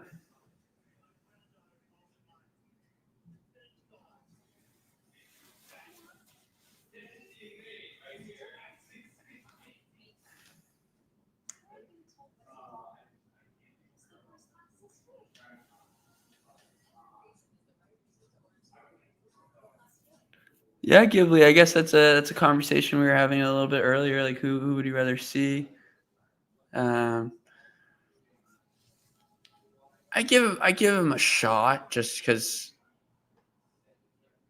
I mean, his level at the moment, not a huge one. I mean, these guys obviously would have the edge, but we'll see how long this match goes. See if that has any impact as Jim Courier's top 4 backhands, one-east, that is. It's on the screen. Musetti Altmaier's at 2. That's interesting. Sorry, what is this? This is, I don't know if it's in style or Jim Courier, his best one-handed backhands, top 100. Musetti, Altmaier, Grigor, Chapo. I What is probably it? wouldn't go that way. Musetti's top. Mm-hmm. I think it's so different with Chapo. When Chapo is playing like his best, it's just untouchable. I didn't know Altmaier was like, I guess he's in that conversation, but like, yeah, I don't know what Courier likes so much about it, if that makes sense. Yeah.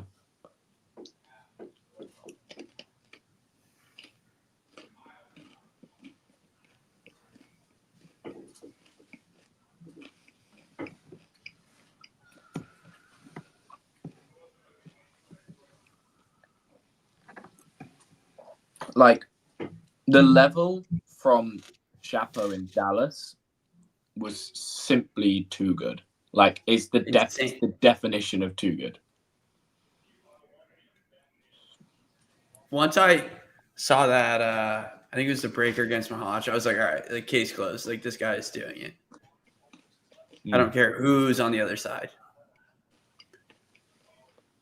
Those conditions were interesting, too, because it was quick, but not, like, super quick in a sense. I mean, it was new court, so I don't really know.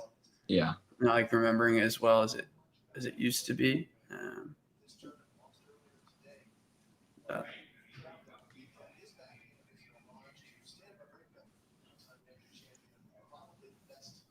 Great start for Musetti. First point. All right, my bad. I'm seeing Rune serve right now. No worries. I'll pause for a couple seconds.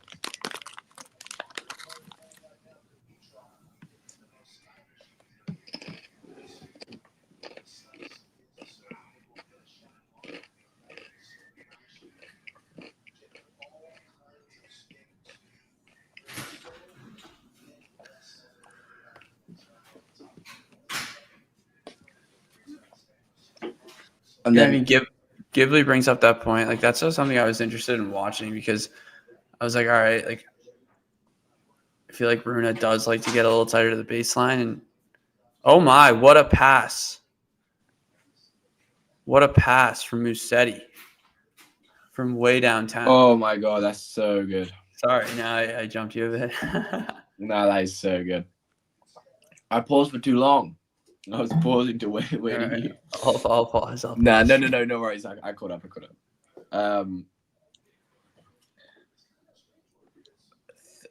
38% first serve for Rune. That's crazy. I like that move forward for Holger. Agreed, because spot on for. I see. Musetti's grinding. He needs a few more balls to get that truly neutral rally. And you're like, might as well rush him while he's like scrambling a bit, right? Does a good job. Volley spot on. He hits it hard too, that volley. like it was more about placement, but he did hit it hard, which made it like virtually impossible to like get a pass or a lob from there. Ghibli just saw the pass, unless he's like way ahead. Oh no, yeah, He is ahead. He Oh is my. ahead. Oh my. Oh, it's so good. The backhand is crazy. From way downtown, as I said, Ghibli. That's unreal. He has the I love his backhand down the line, man. You can see the revolutions on the ball too. The Yeah. quiet side spin. Flattened it out beautifully. 2 break points immediately for Musetti. Look where he is trying to return that, even though it's falling.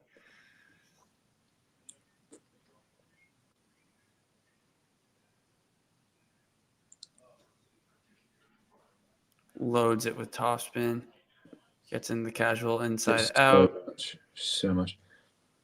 He's Rune's waiting for doing a Rune. good job. He's waiting to Rune to bail out this rally. I guarantee it.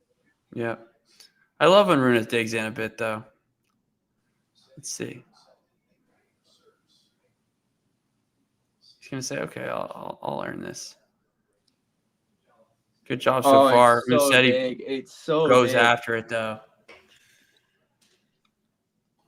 Yeah. Musetti Early breaks break. first.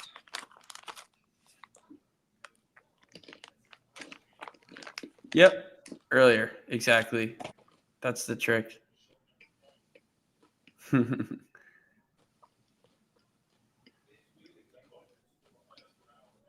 I mean, no, Ghibli, we don't. We don't at all. But I'd say he has like more of a holds the edge. I was gonna say like a string hold, but that isn't the way. That's a bit How weak. would I say? He has a what is the phrase? He just has a better hold of the match. Yeah.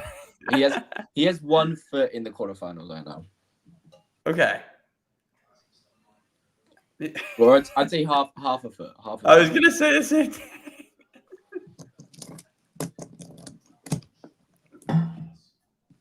Stranglehold. Yes, that's exactly what I was looking for, Sean. But anyway, it's an early break, and he doesn't have that, 3-game gap. Oh, the aggression from Holger. He's not happy. He's not happy now. Yeah, it's never a hold until you back up the break. Never a break until you back it up. Never break until you hold.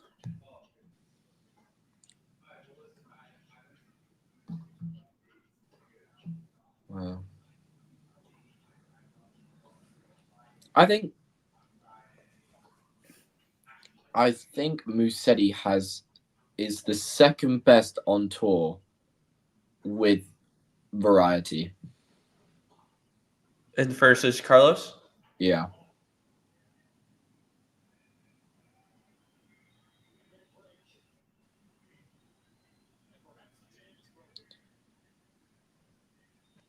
Wow.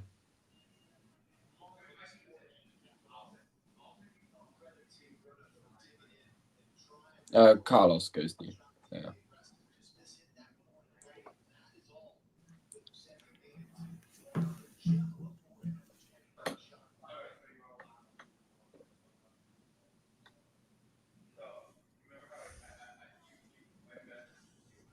Oh, is our producer showing us Altmaier clips? Is this alt? Love it.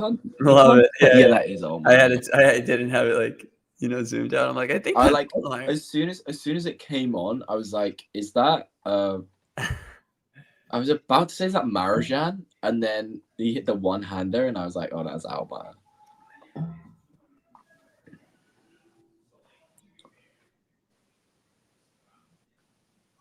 Game point here. Good firstie, good return.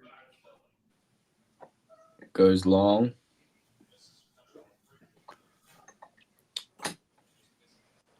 Rune kind of That's why we love it. Absolutely. I find it crazy how you can be so close but so far away from winning a match. You can be at juice at 5-4 and like it just, you're either 1 point away from match point, or you're 1 point away from, or like 5-all in the breaker. How can you be so, like, in third set breaker, like, how can you be so close to winning the match and so close to losing at the same time? Like, I thought Shelton, like, I still didn't think Shelton could pull it off. He's up 4-1. He's up 6-4. I'm like, oh, man. Carlos did so well to, like, you always feel like you're so far away, but you're just, holding your serve away to get to 4-3. Yeah. He does such a good job. I think he had, like, 2 free points. It's just the hardest to play, like, those two. Ghibli might have the fastest stream in, like, the history of tennis. Yeah, I mean, it's so good from Musetti.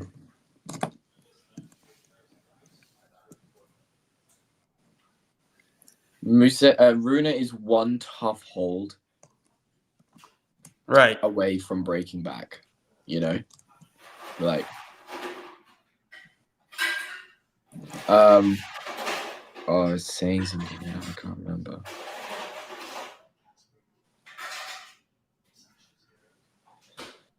What was I saying? I was talking about Rune, but no, sorry, it's gone.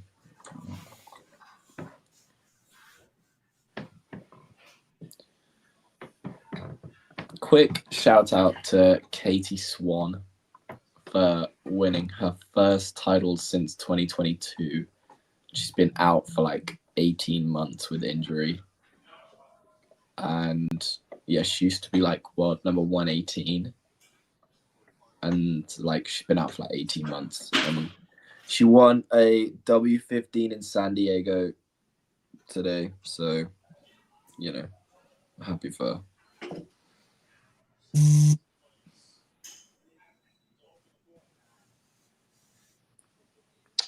Oh, wow. Just seeing Damien's tweet about the Little Rock Challenger. Good little clash on the hard court. Zhang and Kipson.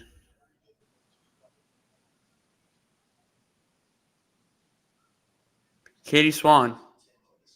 I'm not familiar with her. That's exciting. She played United Cup in 21, 22, like the first edition, I think.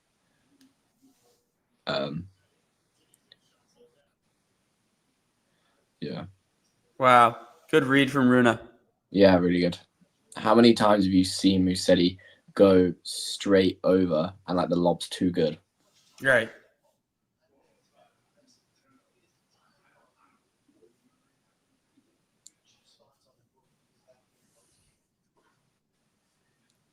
Really? Dating Alex Bolt? Interesting. You see, Jake's got the knowledge. Good win for Alex Bolt. Good win for Alex Bolt today. Love him on the grass. Is he on the grass? Charles Broom, I think, 6'3", 7'6". Love him on the grass. I was actually talking to his coach in Newport last year. Oh yeah? Yeah. It's pretty cheeky. I mean, like side courts, like coaches are just like right there, like behind the fencing. You kind of just, small chatter. Good hold for Holger. 2-1.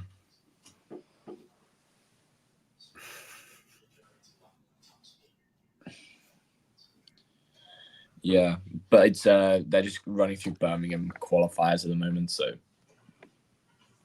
yeah, loads of future shows coming up. We got last ball drops, of course, following the final ball here in the Rune Musetti match, and then we got Coco Gauff versus Alexandrova. Should be a clash on the red dirt, and Andreeva Kasatkina.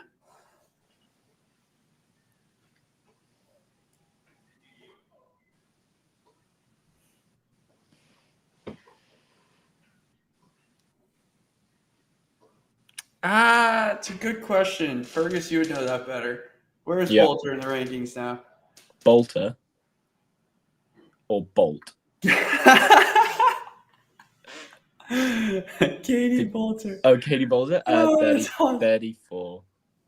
Okay. Wow. Good ball knowledge. Yeah. And Jeevan's like 9. Sorry. Well, here, sorry, you didn't see the comment. Alex and Katie are probably the higher couple. Oh yeah, ranking-wise. Demonor. Oh no, he was talking about Alex Bolt and Katie. Oh, Yeah. You see how I could get that mixed up? Yeah. I feel like it's more of a conversation.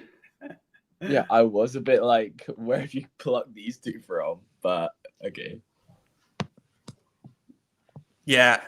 No, Ghibli, you might have the fastest tennis stream in the history. Because he's able to like type all of this out while I'm seeing. Yeah. Lorenzo, It's like put the ball up and down. You actually are typing it out as we're watching the point, and then you Yeah. you just know what's gonna happen, and then you just click send as soon as it happens, like the ball lands and you click send. Well, Rune in this service game.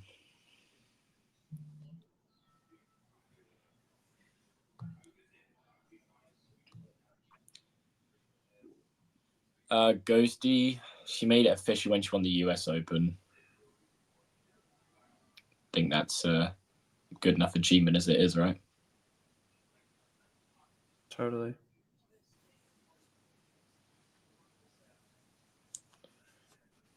Good forehand from Musetti.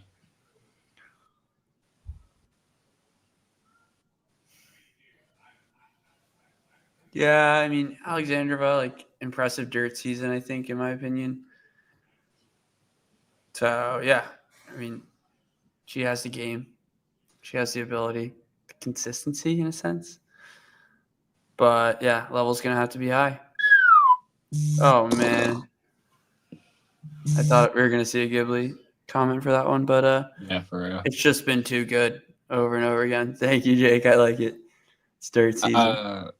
What year was that? 21? Who was president? Trump? Is it Trump? I think. Yeah, Emma still gets so much UK press attention. I actually get it's a good hold from Musetti for 3-1. Are they changing? No, surely not.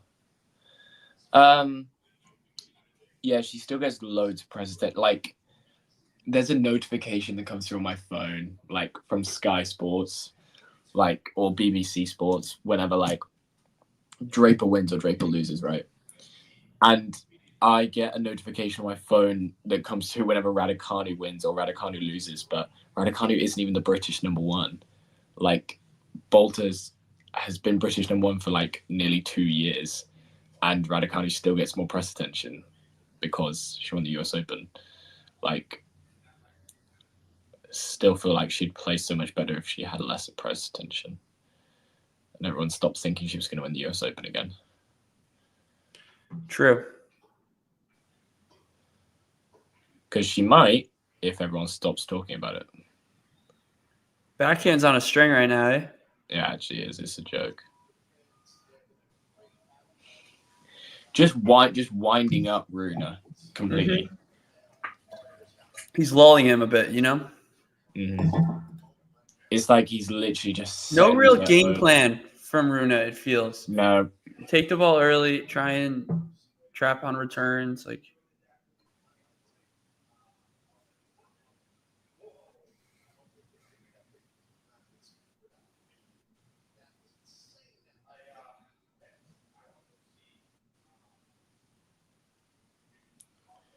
That first serve percentage still on the floor for Holger.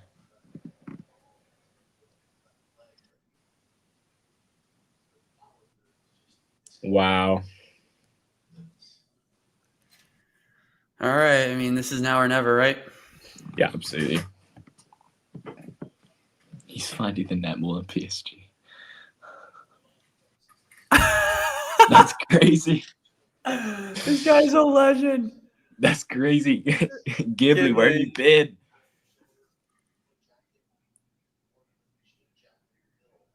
Oh, awkward network. Oh, okay, good. I was going to feel bad, to be quite frank.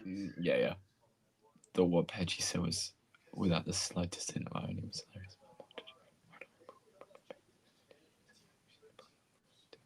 Which yeah.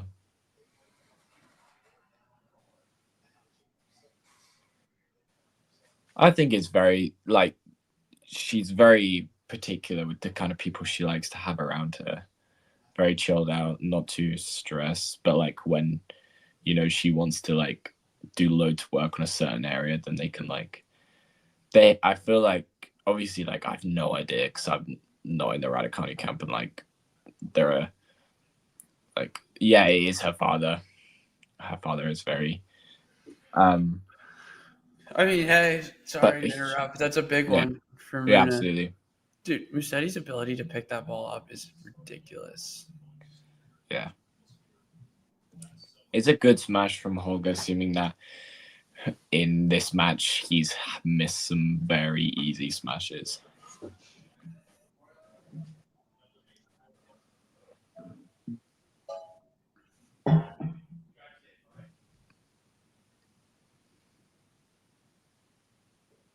All right. Rune able to get it back to 30 all. Gets the net again. Good deep volley. Of course, that lob is going in. Rune puts it away, though. All right. As you said, Fergus, one tough hold away. 3-2 is a lot different to 4-1. And I know it's literally just maths, such simple maths. Okay, well. Yeah, this is... it's going to be a crazy pass. Yeah, it comes in. Oh, it's so good. No. Oh, it's so good. No. Okay, he's a pass master. Medvedev was for a time.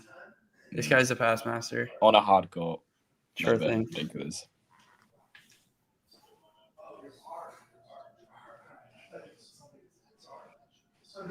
I think Musetti is so good on the eye. Like, one of the best on tour to watch. Just so crafty, so fun. Mm-hmm.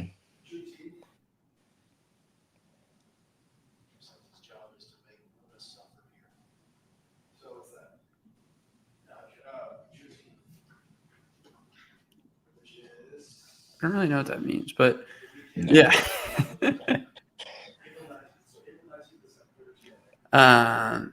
Yeah, I mean, it looks like at this point, Ghibli, he's just like spamming net.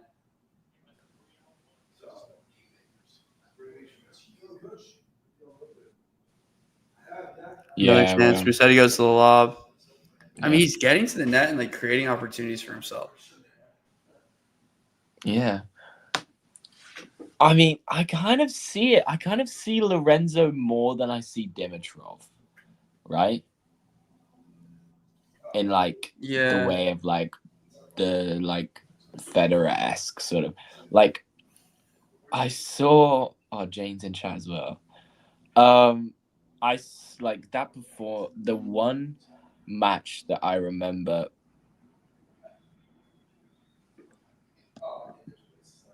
Oh, there's no way he gets that. You're kidding. There's no way he gets that. But that's what it's been like today, Fergus. Like, he got away with that smash that barely clipped the baseline. What was that, like 3 or 4 points ago? And he's just like, he's creating opportunities for himself. It's awesome. But Sheldon makes those shots look so easy.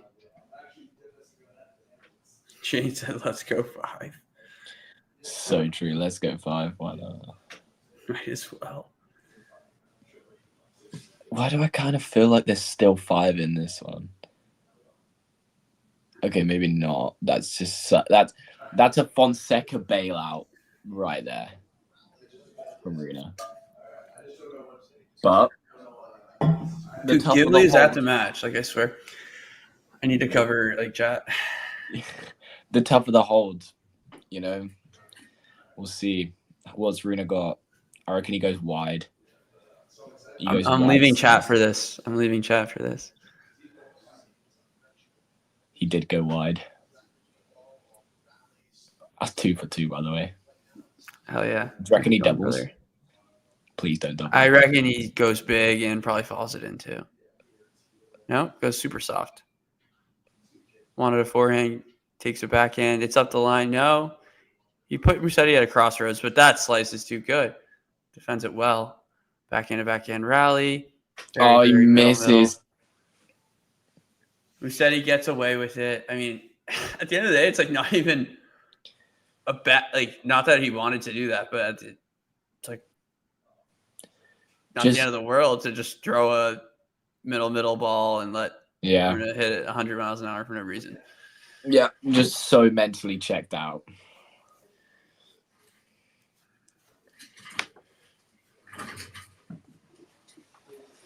I mean, again, it's not a break until you hold, but yeah, Rune looks checked out completely. Like,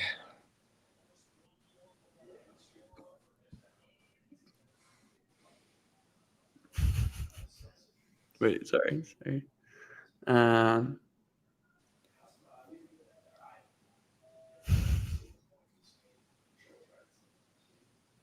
I mean, of course it's hard. It's a double break now. Like, it's probably it. Probably. I literally just said as well, I still feel like there's 5 in this, but there could still be 5 in this. Yeah. But like, that's a hell of an effort from Holger now. And from how he played that break point, I just don't see it.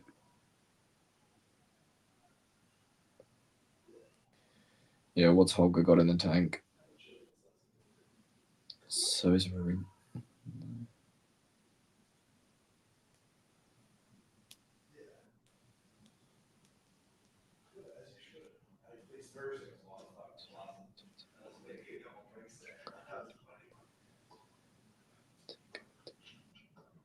Yeah, absolutely.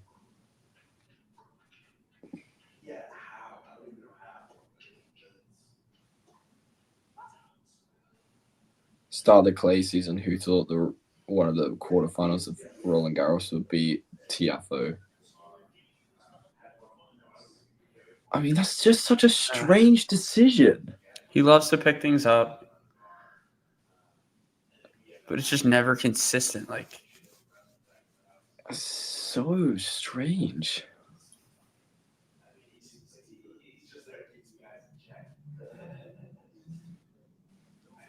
So what the 2 quarters so far? What, Carlos and Paul, and what, Tiafoe versus, let's just say, Musetti.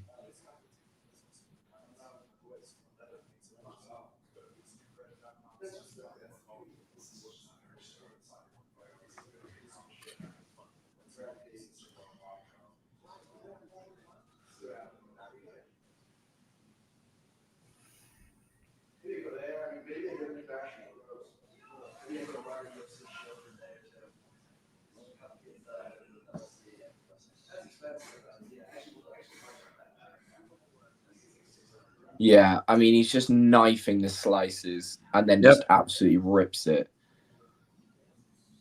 There's just such variety. It's so hard to read. It's, it's so tough for Holger to kind of, pick out when he's going to make his move. Has to generate all his own power after waiting for the ball and the slice. And then when Musetti suddenly just rips one after 3 slices in a row, I mean, it's so hard to just react.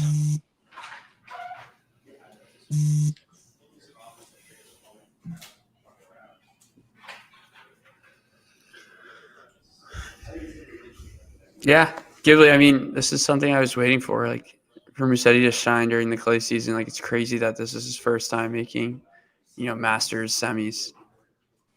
I feel like he's always had this ability. Rune keeps going to come crushing in.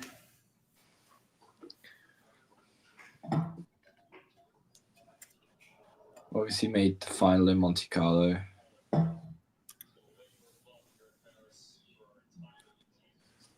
After beating everyone after losing the first set 6-1.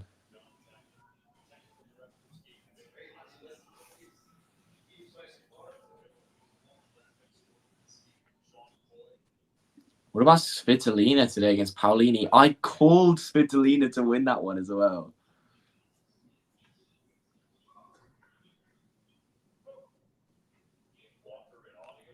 Wow, what a volley from Lorenzo. Yeah, big volley. That was going to be so difficult.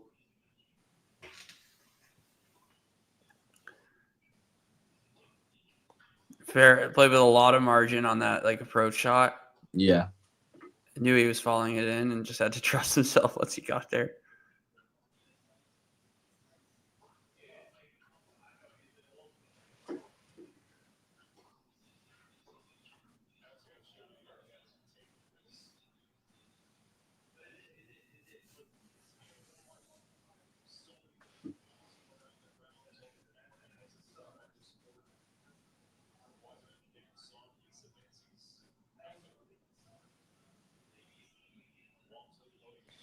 Rune still this game at 40-30.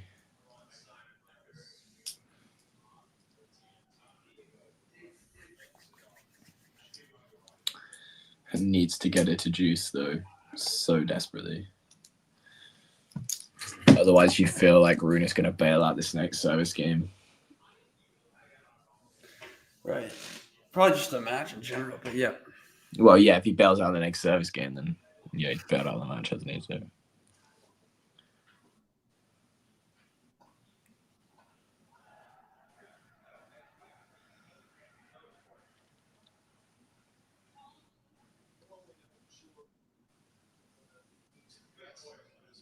Yeah, such a good serve. Good serves when he's needed it, to be honest, right?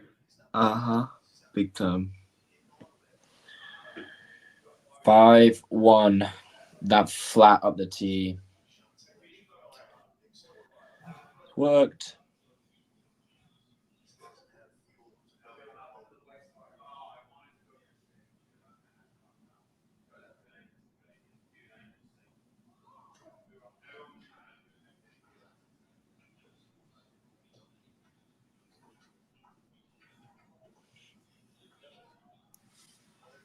Rune's serving to stay in the match, to stay in the tournament. I think he's just going to go big here. Yep. You know, he holds here. You know, he gets a look at the serve. You know, maybe he breaks, then he holds again. Then things come interesting. But, you know, he's got to hold here first. That's a whole lot of tennis to be played right there.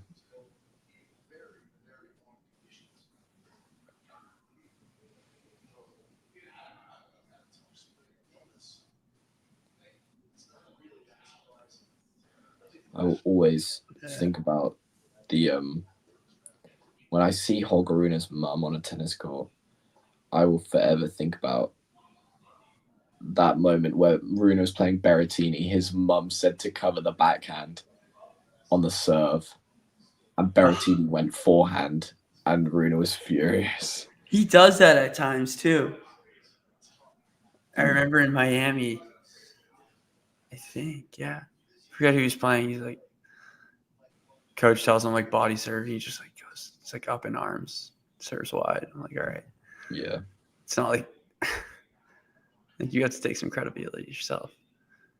Very mediocre smash, but gets away with it.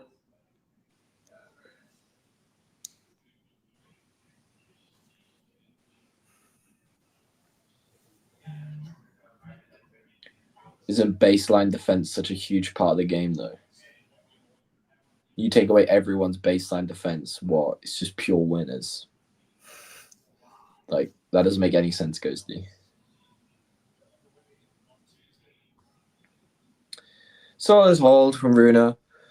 5-2. I thought he was kind of going to bail out that game, but doesn't. You know, keeps himself in the match for a little bit longer. Keeps Musetti out there.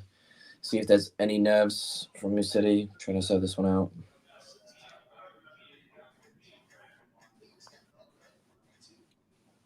Yeah, I don't think there should be.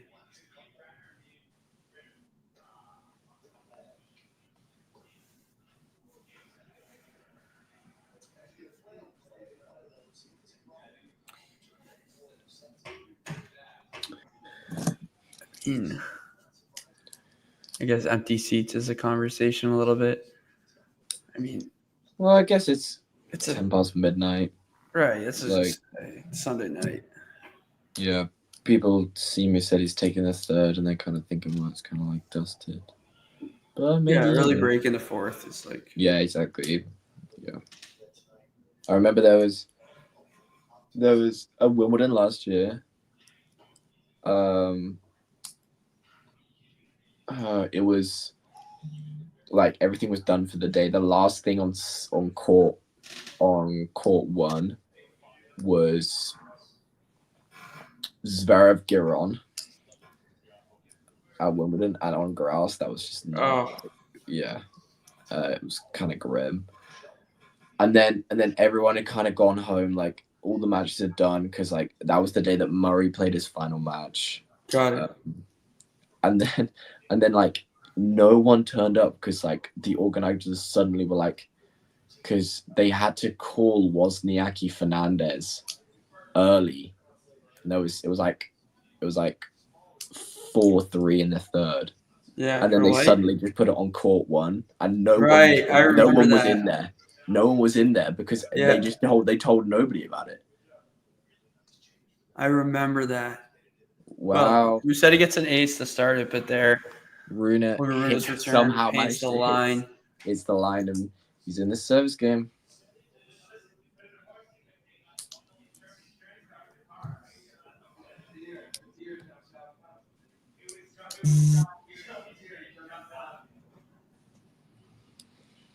Big point. You feel like it's a big point. Of course.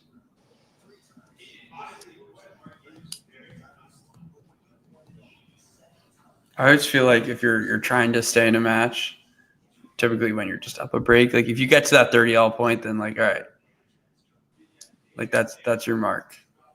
You got your chance. Like, yeah. Too much on the backhand, and Rune just trying to hit backwards so much. There's no rhyme to the reason, right? Yeah. You know, and at this point, you would think Rune's got to be the one kind of making that switch down line, right? Right. You can't wait for Musetti to run around that backhand, hit that forehand line. You've got to be doing that because you're in the situation that you're in this match. Misses it. Like he's just really relied on like trapping Musetti on return. Like that's all he's really relied on. Just going like so heavy, trying to get Musetti on the back foot and like attack from there. Yeah. And it's been successful at times, but it's kind of like hit or miss, right? It's such low percentage. Off a return.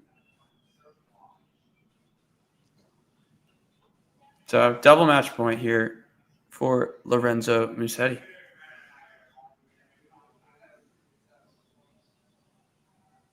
Beautiful serve. Good return from Rune. Gets a moon ball back.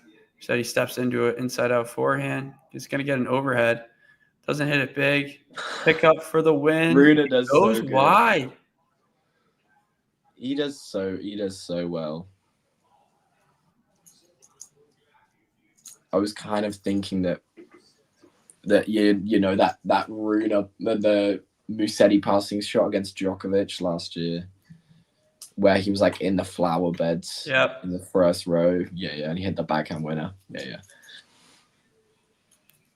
In the flower beds. I love it. All right, second match point for Musetti. Ace wide, too good. Musetti is a quarterfinalist as he beats Rune 7-5, 3-6, 6-3, 6-2. I mean, Musetti had it all today, didn't he? Yeah, just a far better level. I think consistency, game plan, much more strategy to it. And let's be honest, I mean, he was consistently hitting amazing shots, like passing Rune left and right. Yeah. Obviously that variety that he plays with is there, and was able to frustrate Rune enough where he got him into that hit or miss type of mentality, which he gets into, quite quickly when maybe he doesn't trust himself enough in those extended rallies. And I feel like that's what we saw. Not really a clear game from Rune, and that hurt him. Yeah, it felt like there was no real There was no real kind of game plan for Rune, and that's a little unfortunate. But I think we're going to have to call it there because last ball drops will be starting any minute now. So thank you very much, Brenna. Thanks for joining me, Fergus. No worries. Thanks to everyone joining the chat. And yeah, looking forward to more conversations. Enjoy Last Ball Drops. Yeah, enjoy Last Ball Drops starting in 5. Thanks, guys. See you soon.